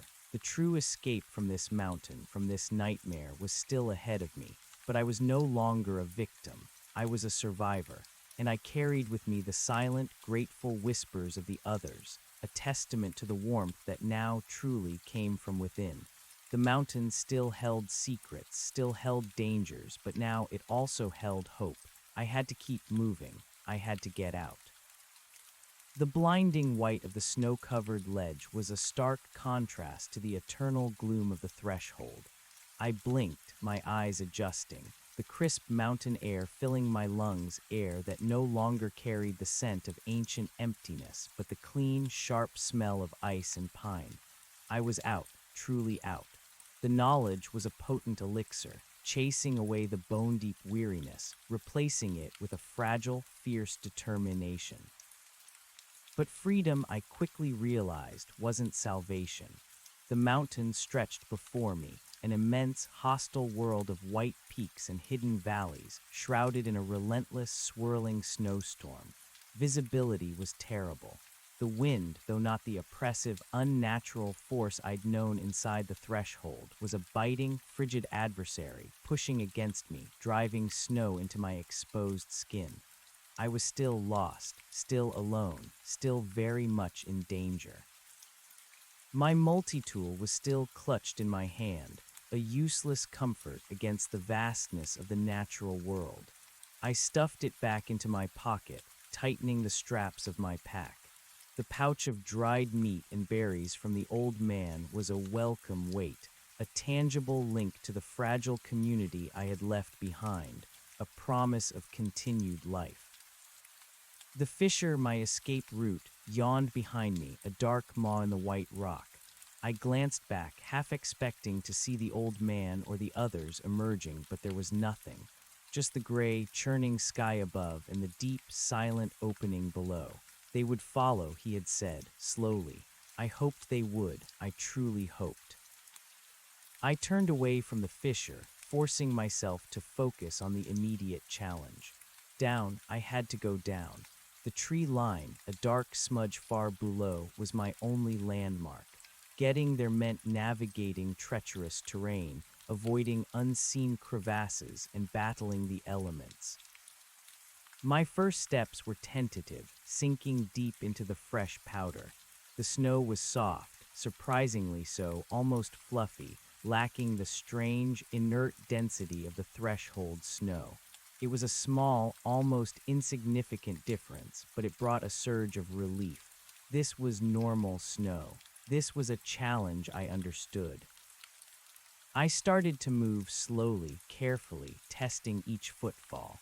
The slope was steep, covered in a deceptively smooth blanket of white.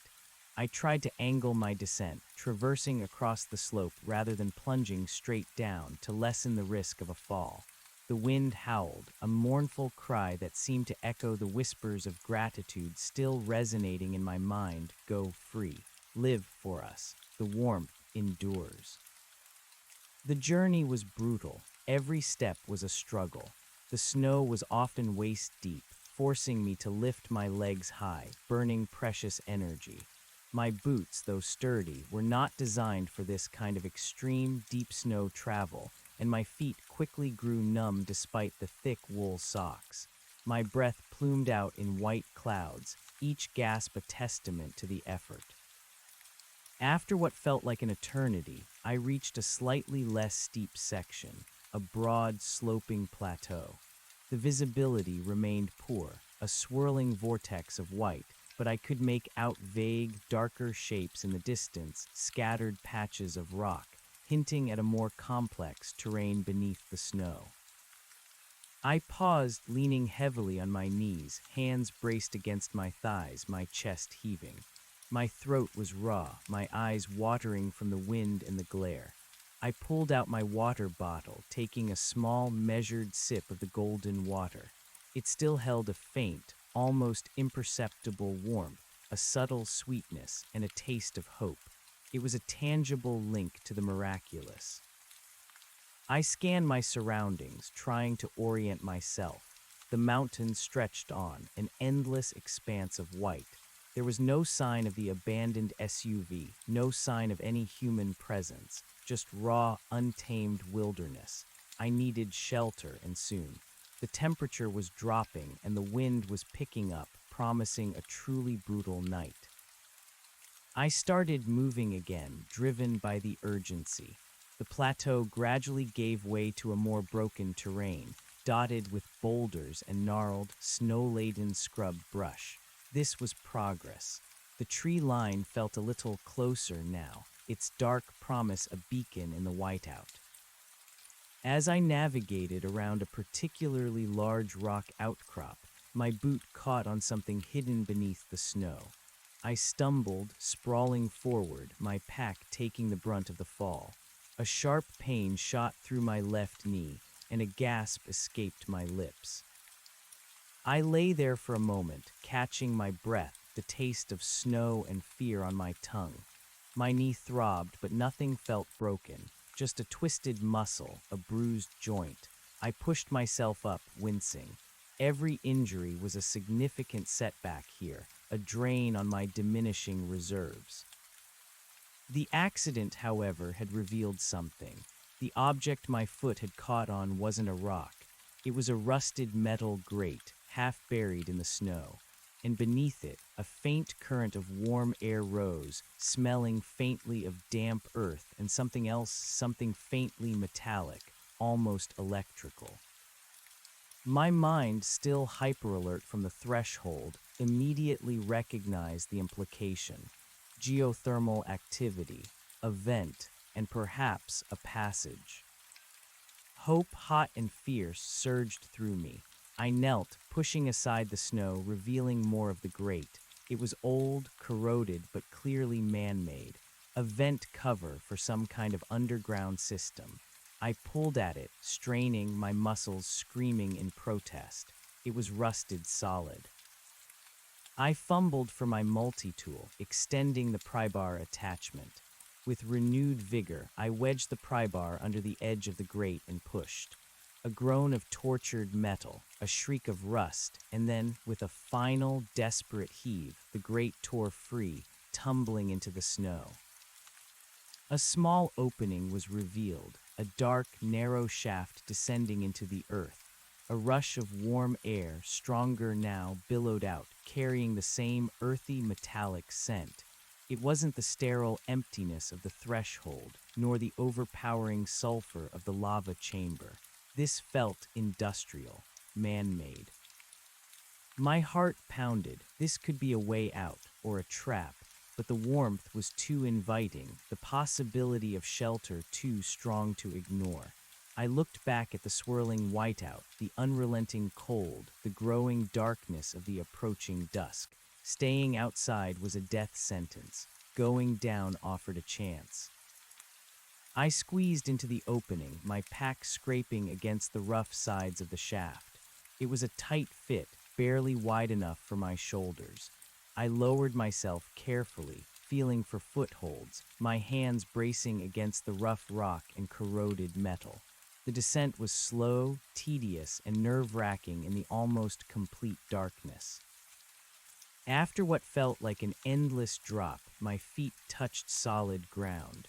I was in a small, damp tunnel, smelling strongly of earth and old metal. The air was noticeably warmer, a blessed relief after the mountain's biting cold.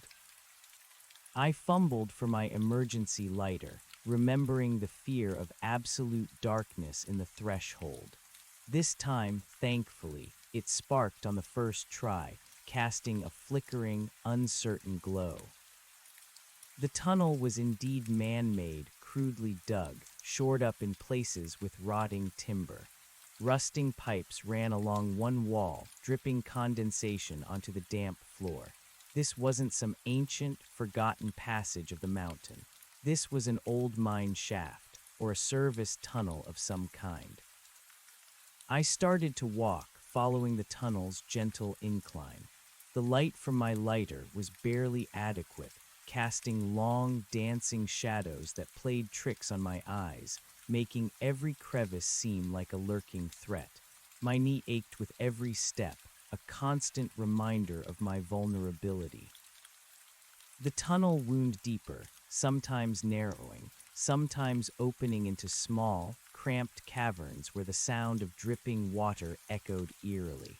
I kept moving, driven by the hope of finding a way out, or at least a more substantial shelter. After what felt like another hour, the tunnel opened into a larger chamber.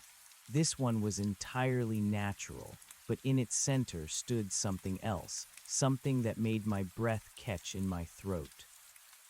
It was a small, crudely built wooden hut, nestled against one wall of the cavern. Smoke curled faintly from a rusty stovepipe poking through its roof, and a faint, yellow light emanated from a small window. My heart leaped with a mixture of terror and immense relief. Human presence, but whose? The old man, the snowmobile rider, or someone else entirely? After the threshold, every human encounter was a potential threat.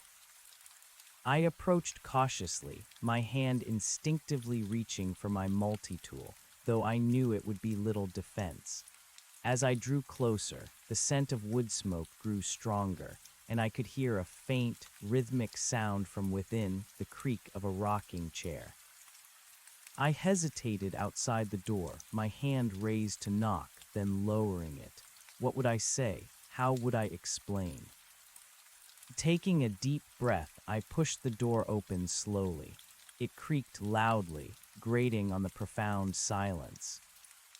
The interior of the hut was small, rustic, and surprisingly cozy. A small wood-burning stove glowed cherry red in one corner, radiating a wonderful heat. A rough wooden table stood in the center, laden with various tools, maps, and a steaming mug. And in a rocking chair by the stove, facing the door, sat a figure. It was the snowmobile rider. His helmet was off, revealing a weathered, unsmiling face, framed by graying hair. His eyes, the same piercing blue as the old man's, regarded me with a calm, unreadable intensity. He held a well-worn leather-bound book in his hands, his finger marking a page. He didn't speak immediately, just watched me, his gaze unwavering. The silence stretched, thick and heavy with unspoken questions. "You made it," he finally said, his voice a low rumble, devoid of surprise, as if he had been expecting me all along. I simply nodded, unable to form words, my mind reeling. He was here, waiting, not at the threshold, but here. He gestured to an empty stool beside the stove. "Come in. You look like you've seen a ghost, and not just the metaphorical kind." There was a dry, weary humor in his tone now. I stumbled inside, pulling the door shut behind me, grateful for the sudden warmth. My body, stiff and aching, sagged onto the stool. The heat from the stove was heavenly, seeping into my frozen limbs, chasing away the deep cold. "Water," he offered, pushing a steaming mug towards me. It smelled of some herbal tea. I nodded gratefully, taking the mug. The warmth spread through my hands, then down my throat. It tasted earthy, bitter, but wonderfully restorative. "The old man, the others, are they free?" I asked, my voice hoarse, the question tumbling out. He took a slow sip of his own tea. "They will be." The mountain breathes a long, slow breath. The cold recedes, but it is not gone entirely. They will make their way out slowly. Many will need to recover, to relearn what it is to truly be warm. He paused, his gaze fixed on me. You, however, you carried the true warmth. You plunged it into the heart of the consuming cold. You restored the balance. My mind raced. He knew everything. He had been a guide, just like the old man, a shepherd, but for a different flock. You knew, I whispered. You knew what was happening, what I was doing. He nodded slowly. Some of us have always known. The mountain holds ancient truths, ancient powers, and the balance between them is delicate. For generations, we have lived with it, learned its rhythms. We are the guardians, you could say, the watchers. Guardians, I echoed, confused. But you guided me to the threshold. And you guided yourself to the true warmth, he countered gently. We couldn't interfere directly. The balance demands its own champions, but we could nudge, influence, provide a path. The cold needed its fuel, yes, but it also created its own resistance. The very act of consumption stirred the dormant warmth within the mountain. He closed his book, placing it carefully on the table. It looked ancient, its leather cover worn smooth. It was filled with strange symbols and intricate maps. The journal you carried, it belonged to one of us. A watcher who went too far, grew too curious, too reckless. He sought to understand the threshold, not to challenge it. He paid the price. I thought of the desiccated body on the altar, the multi-tool clutched in its hand. The journal owner had been a watcher, too, one who had succumbed. The ones who taste, I said, the words a cold dread in my throat. The creature, is it truly gone? He shook his head. The creature is an embodiment of the consuming cold. It is not a living thing in the way you understand. It is an echo, a manifestation. Its power is diminished. Its reach is contained. It can no longer draw new warmth to itself here, not directly, but it will always exist, a shadow of the imbalance. So it's still out there, I asked, a fresh wave of fear gripping me. Everywhere and nowhere, he said cryptically, but its hold on this mountain is broken. The snow will melt eventually. The stream will flow freely. Life will return, but it is a slow process. The cold has had a long, long reign. He stood up, stretching his stiff limbs. You need rest, food. You are exhausted beyond measure. And then we can talk about getting you off this mountain. I felt an overwhelming sense of relief. I wasn't alone. I had found a sanctuary, a guide who understood, but the ordeal had taken its toll. My body ached. My mind was still reeling from the impossible truths I had witnessed. I ate the offered food, dried meat, a handful of nuts, and more of the bitter, warming tea. It tasted like salvation. The snowmobile rider, whose name I still didn't know, watched me with a quiet intensity, occasionally offering a piece of advice or asking a question about my journey through the threshold, listening intently to my answers. He explained more about the Watchers. They were a loose network of individuals scattered across the region, descendants of those who had first encountered the mountain's strange power. They didn't have a formal organization, just an inherited knowledge, a shared responsibility. They observed, they warned, they sometimes guided those drawn to the threshold, hoping one might possess the unique resonance of warmth required to tip the balance. I apparently was that one. Your own warmth, he said, tapping the old book. It resonated. It defied the cold. That is rare. Most, when faced with the whispers, the tasting succumb. They lose their will, their defiance, and become merely fuel. I thought of my mantra. Warmth comes from within, a desperate defiance against the creature's sinister echo. It had been true in a way I could never have imagined. The night passed in a blur of fitful sleep, filled with fragmented dreams of swirling patterns, glowing snowflakes, and the silent, expectant faces of the others. I woke feeling slightly less exhausted, but the deeper aches remained. My knee was stiff, protesting every movement. "We leave at first light," the snowmobile rider said, pouring me another mug of tea. "The storm has lessened slightly. We have a window." "Where are we going?" I asked, my voice still rough. "To my cabin. It's a few hours' journey from here, further down the mountain, closer to the foothills. From there, we can signal for help, arrange for transport." He packed a small bag, carefully adding several of the old maps from his table. He handed me a sturdy wooden staff, carved with intricate, swirling patterns that I now recognized as a representation of the mountain's energies. "This will help with your knee and with the snow. The patterns, they help focus intention." He smiled faintly. "A guardian's tool." I accepted the staff, its weight comforting in my hand.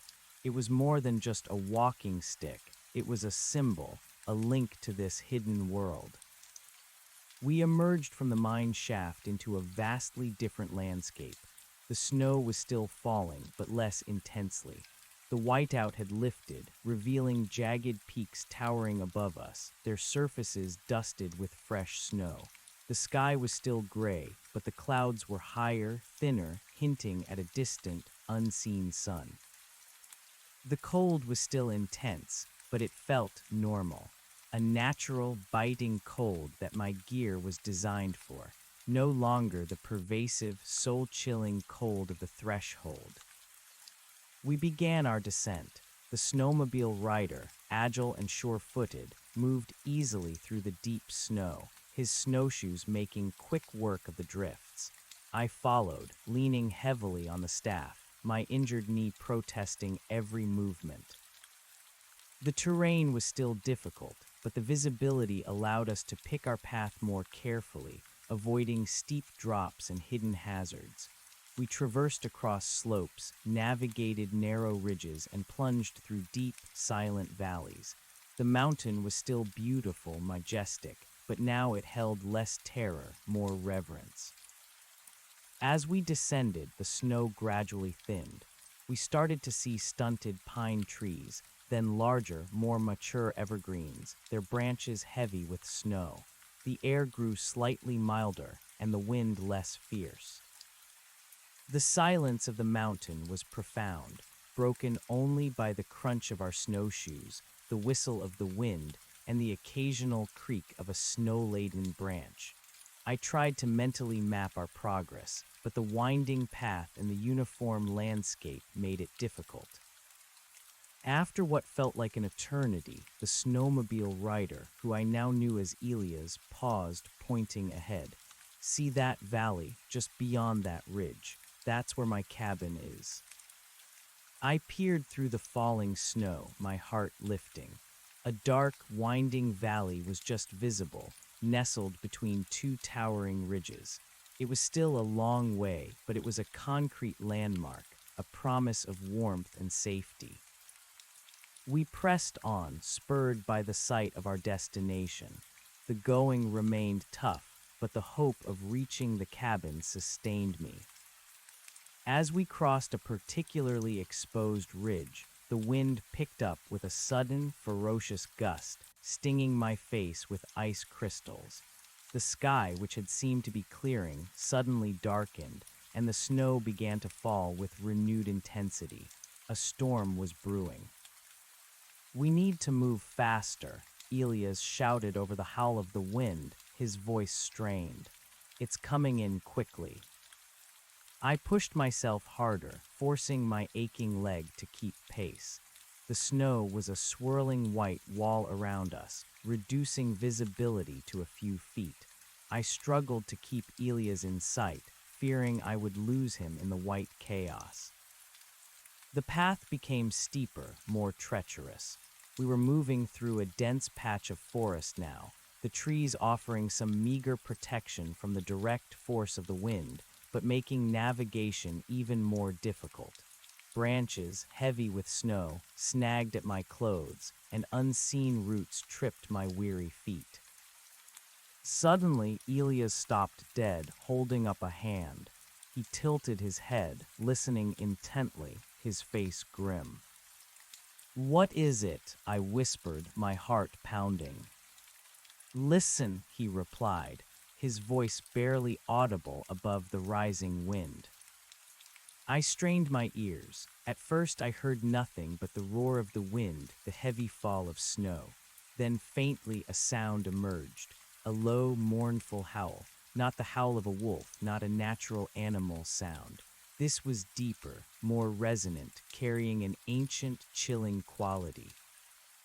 My blood ran cold. It was the creature, or something very much like it.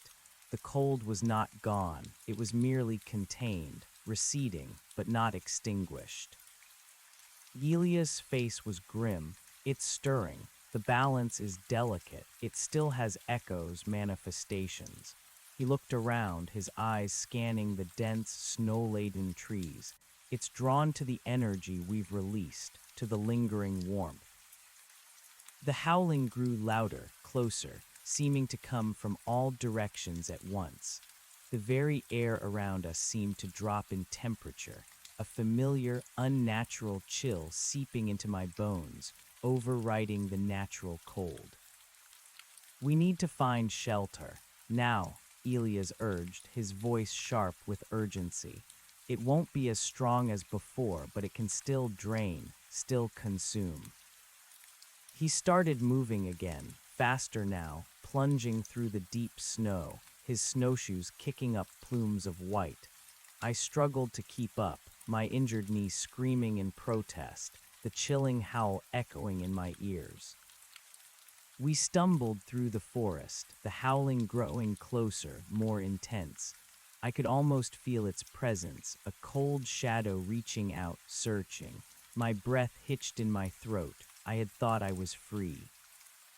Then through the swirling snow, Elias pointed. There, an old trapper's lean-to, it might hold. Ahead, almost completely buried in snow, was a crude structure of logs and tarps, leaning precariously against a massive pine tree. It looked barely big enough for one, let alone two. We scrambled towards it, fueled by adrenaline and terror. The howl was right behind us now, a chilling presence, like an unseen predator closing in. The air grew impossibly cold, and a faint, almost imperceptible vibration began to thrum through the ground, the same unnerving hum I had felt near the threshold. Elias tore back the snow-laden tarp that served as a door, revealing a cramped, dark interior. Inside, quick. I squeezed in first, my pack snagging, then Elias followed, pulling the tarp shut behind him, plunging us into near darkness. The space was tiny, reeking of damp earth and old wood smoke. We huddled together, pressing against the rough logs, trying to make ourselves as small as possible. Outside, the howl intensified, a terrifying crescendo that seemed to shake the very ground beneath us. It circled the lean-to, a palpable force, pushing against the flimsy walls, testing our meager shelter. The air inside dropped dramatically in temperature, the unnatural cold seeping through the gaps in the logs, raising goosebumps on my skin. "It's searching," Elias whispered, his voice low and tight. "It senses us. It senses the change, the disruption."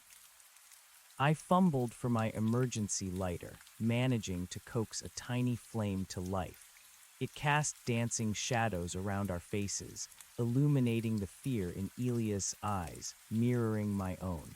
The cold was terrifyingly familiar, a pervasive, draining chill that promised absorption, not just death.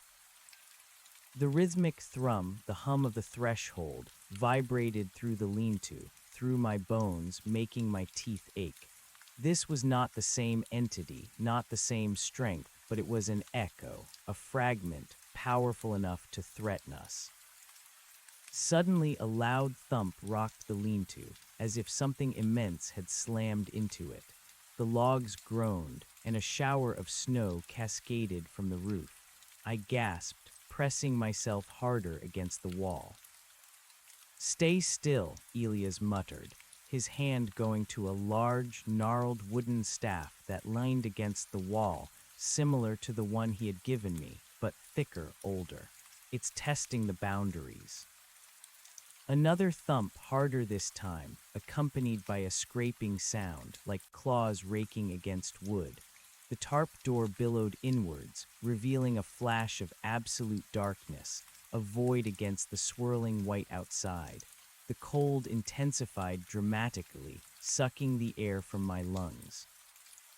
"It's trying to get in," I whispered, my voice trembling. "It won't succeed," Elias replied, his voice firm, though a bead of sweat trickled down his temple despite the cold. "Not if we hold. The warmth you released, it protects this land now, even if faintly. It weakens its grasp." He raised his staff, holding it out before him, its tip pointing towards the flimsy tarp door.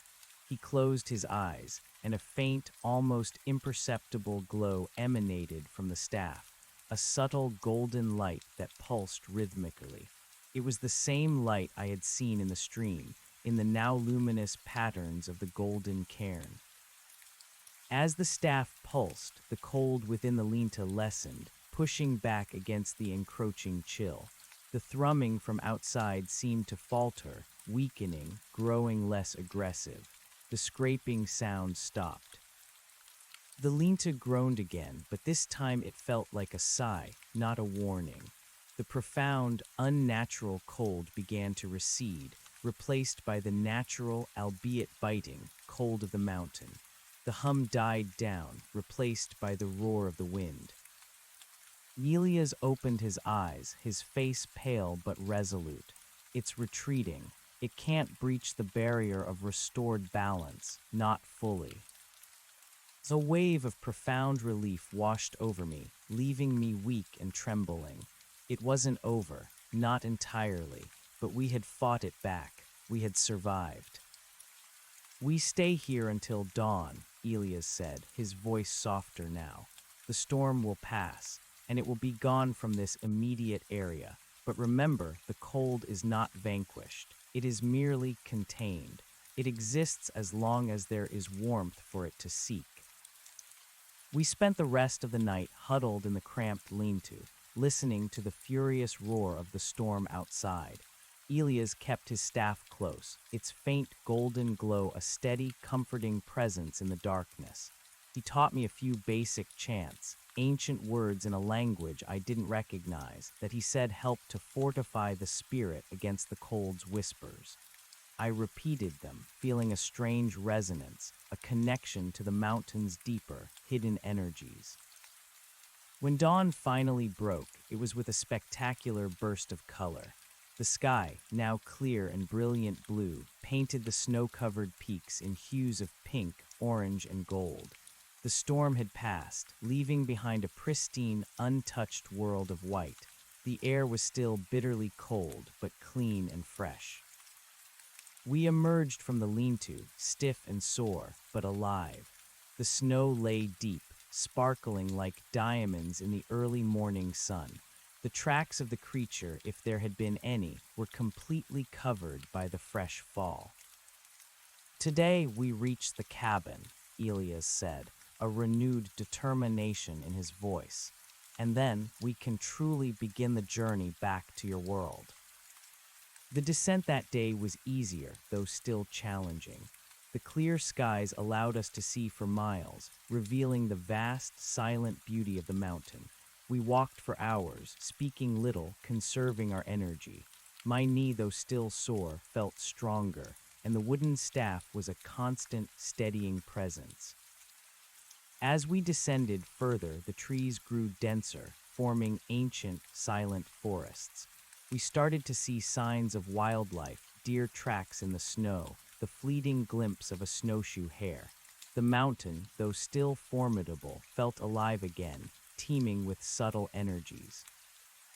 In the late afternoon, just as the sun began to dip towards the western horizon, casting long, purple shadows across the snow, Elias pointed. There, my cabin. Nestled in a small, sheltered clearing, surrounded by towering pines, sat a sturdy log cabin. A plume of smoke curled lazily from its chimney, and a faint, warm light glowed from its windows. It looked like a beacon of peace, a sanctuary after the harrowing journey. My heart swelled with a profound sense of relief. We had made it. We were safe. As we approached, a large, shaggy mountain dog bounded out from behind the cabin, barking joyfully, its tail wagging furiously. It ran straight to Elias, nuzzling his hand, then turned its attention to me, sniffing cautiously, then licking my outstretched hand. It was a normal dog, a normal sign of life, and it felt like a miracle. Elias opened the cabin door, and a wave of warmth, mixed with the scent of wood smoke and brewing coffee, washed over me. The interior was simple but inviting. A rough-hewn table, a stone fireplace, a few shelves lined with books, and a comfortable-looking armchair. "Welcome," Elias said, his voice soft, a hint of genuine warmth in his usually stoic expression. "You are safe here." I stepped inside, shedding my pack, letting the heat soak into my bones. I felt a lifetime of exhaustion finally catch up to me, a profound weariness that settled deep within my muscles and bones. But it was a different kind of exhaustion than the one that had plagued me in the threshold. This was the fatigue of a hard-won battle, not the draining emptiness of despair. Elias handed me a fresh, hot cup of coffee. I took a grateful sip, letting the bitter warmth course through me. The dog, sensing my relaxation, curled up at my feet, a warm, furry presence. "We'll rest here for a few days," Elias said, settling into his armchair. "Regain our strength, your knee needs to heal, and then we can arrange for you to leave the mountain." I nodded, too tired to speak, but a profound gratitude filled me. I had survived. I had made it back to a place of human warmth and safety. But the memory of the threshold, of the glowing cairn, of the whispers, of the mummified body on the altar, it was etched permanently into my mind. I would never truly be free of it. Over the next few days, I slowly began to recover. Elias was a quiet, attentive host, providing food, fresh clothes, and basic medical care for my knee. He listened patiently as I recounted my experiences in more detail, nodding occasionally, offering small, clarifying insights. He never doubted my story, for it was his story too, in a way, the story of his people, the Watchers. He explained that the mountain was now in a state of flux. The cold's pervasive grip had been broken, allowing the natural warmth to reassert itself, but the effects wouldn't be immediate. The lingering cold, the manifestations, would still exist, but without the threshold's core power, they would be weaker, more scattered, eventually fading as the balance fully stabilized. The melting snow, the flowing streams, the return of true warmth, it would be a slow, gradual process, taking weeks, months, perhaps even years. The world outside, it felt the cold too. Elias mused one evening, staring into the flickering fire. A subtle draining, a quiet despair. Many will not have even noticed, but some will have felt a difference. A chill that went beyond weather. They too will slowly feel the return of warmth, the lifting of a burden they never quite understood. I wondered about the people I had left behind, my family, my friends, my life. How much had they been affected? Would they believe my story? Would I even tell them? Elias eventually made arrangements for my departure. He contacted a small, isolated community at the foot of the mountain, a few hours' drive away. They were aware of the mountain's peculiarities, he explained, and would provide safe passage to a larger town. The day came for me to leave the cabin. My knee, though still a little stiff, was much improved. My body felt stronger, my mind clearer, but I was changed, permanently. the world I was returning to would never look the same. I hugged Elias, a silent farewell to the man who had guided and sheltered me.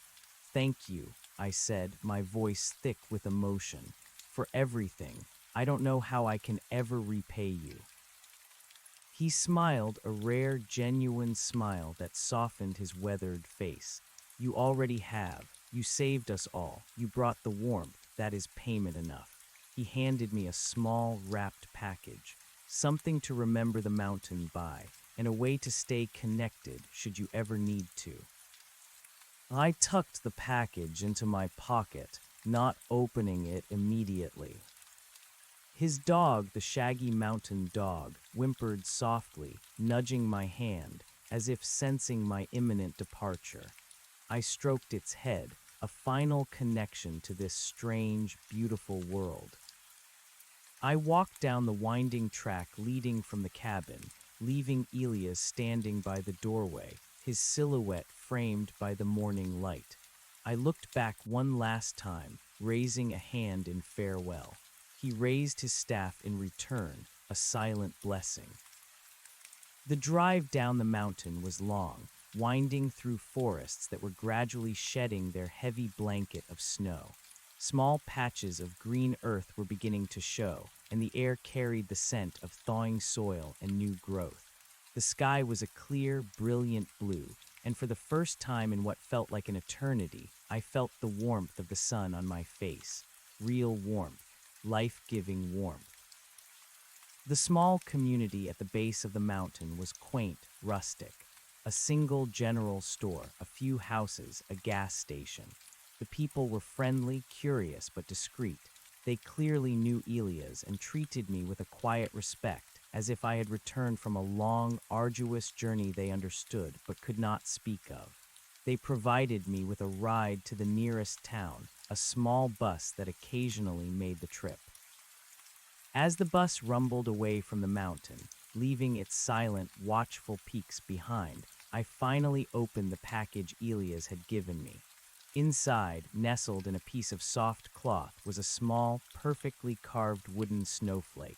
It was smooth, intricate, and etched into its surface were the same flowing, swirling patterns I had seen in the threshold, now glowing with a faint, almost imperceptible golden luminescence.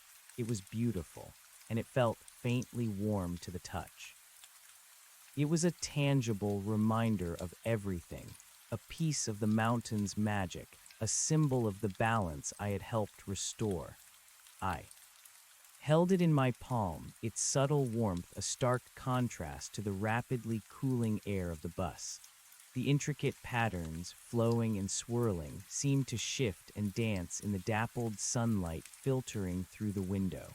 It wasn't just wood, it was a conduit, a piece of the balance I had helped to restore, a silent promise whispered from the heart of the mountain. I leaned my head against the window, watching the landscape change.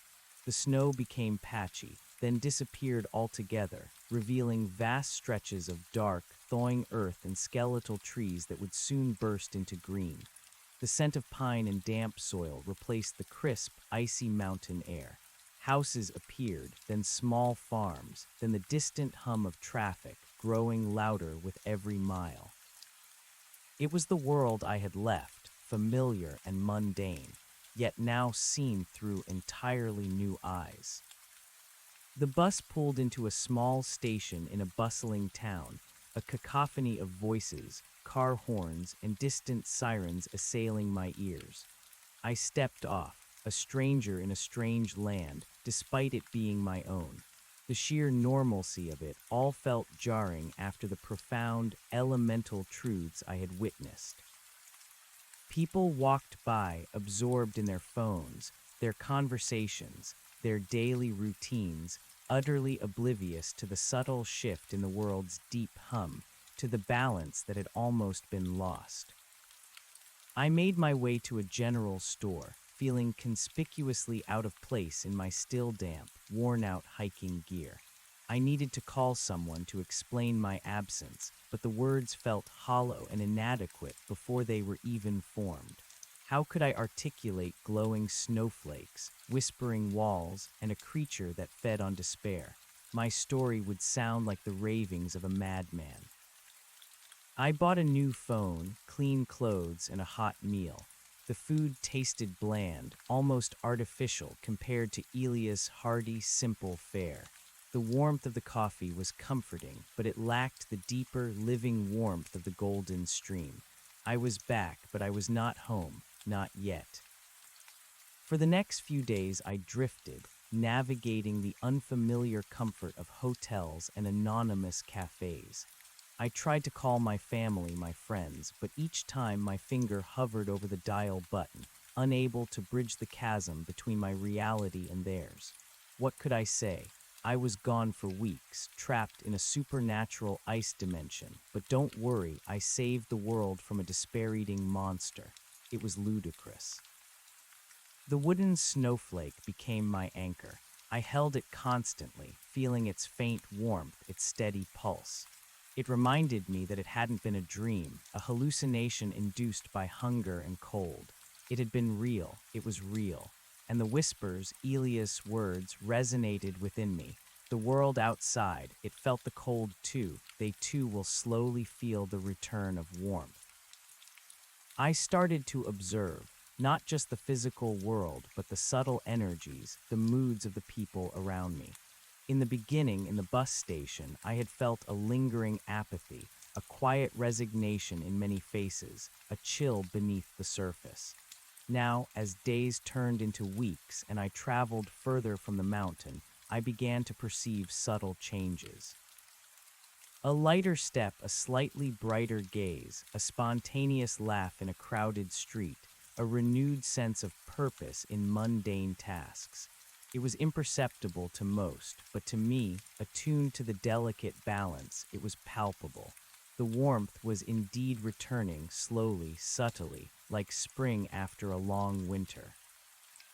One evening, sitting by myself in a quiet park, I finally opened the small, leather-bound journal that Elias had given me, the same one the watcher who had succumbed to the threshold had carried. Elias had found it after the fact, cleaned it, and returned it to the network of guardians. It was filled with observations, sketches, and cryptic notes. But hidden within its pages, I found a personal letter, tucked into a small envelope. It was addressed to the awakened. If you are reading this, the letter began in Elia's steady hand, it means you have returned. You have faced the cold and you have brought the warmth. Your journey, however, is not truly over. The mountain watches. The balance is delicate. The creature is contained, not extinguished. Its echoes will continue to manifest, seeking new sources of despair, new vulnerabilities. But it will no longer have the core power of the threshold to draw from, not for generations. My heart pounded as I continued to read. You carry the warmth now, not just as a memory, but as an essence. The snowflake is a reminder, a focus. It responds to your own spirit, your connection to the mountain's renewed balance. Use it to fortify your spirit, to ward off the insidious whispers of lingering cold that may still seek you out, or others. For you are now, in your own way, a watcher too, a guardian of the warmth. He spoke of a choice, to return to my old life, to try and forget, or to embrace this new understanding, this new purpose. He hinted at others, scattered across the continent, who, like him, carried the knowledge, watched the subtle shifts, and occasionally offered guidance to those inadvertently drawn into the mountain's web. He provided a means of contact, a discreet network of information for those who chose to acknowledge the deeper truths. I closed the journal, looking down at the wooden snowflake in my hand, its golden glow seeming brighter now. The exhaustion was gone, replaced by a profound sense of clarity. My life, as I knew it, was irrevocably changed. I could try to ignore it, to pretend the mountain and its secrets didn't exist, but the truth was etched into my soul. I had seen the true nature of consumption and the power of warmth. I had broken a cycle, and in doing so, I had become part of a larger one. I looked up at the setting sun, painting the sky in fiery hues of orange and red. It was a beautiful, vibrant world, but beneath its surface lay hidden depths, ancient powers, and a constant, delicate struggle between opposing forces. I had played my part in restoring the balance, and now I would play my part in maintaining it. I still didn't know how I would explain my disappearance to my family, or if I ever truly could. Perhaps some truths were best held close, shared only with those who could truly understand. I would find a way to reconnect, to rebuild, but I would do so with a new perspective, a silent understanding of the warmth that truly came from within, and the cold that eternally sought to consume it. The journey home would be long, filled with its own challenges, but I was no longer lost. I had found my way out of the darkness, and in doing so, I had found a new path, illuminated by a faint golden light.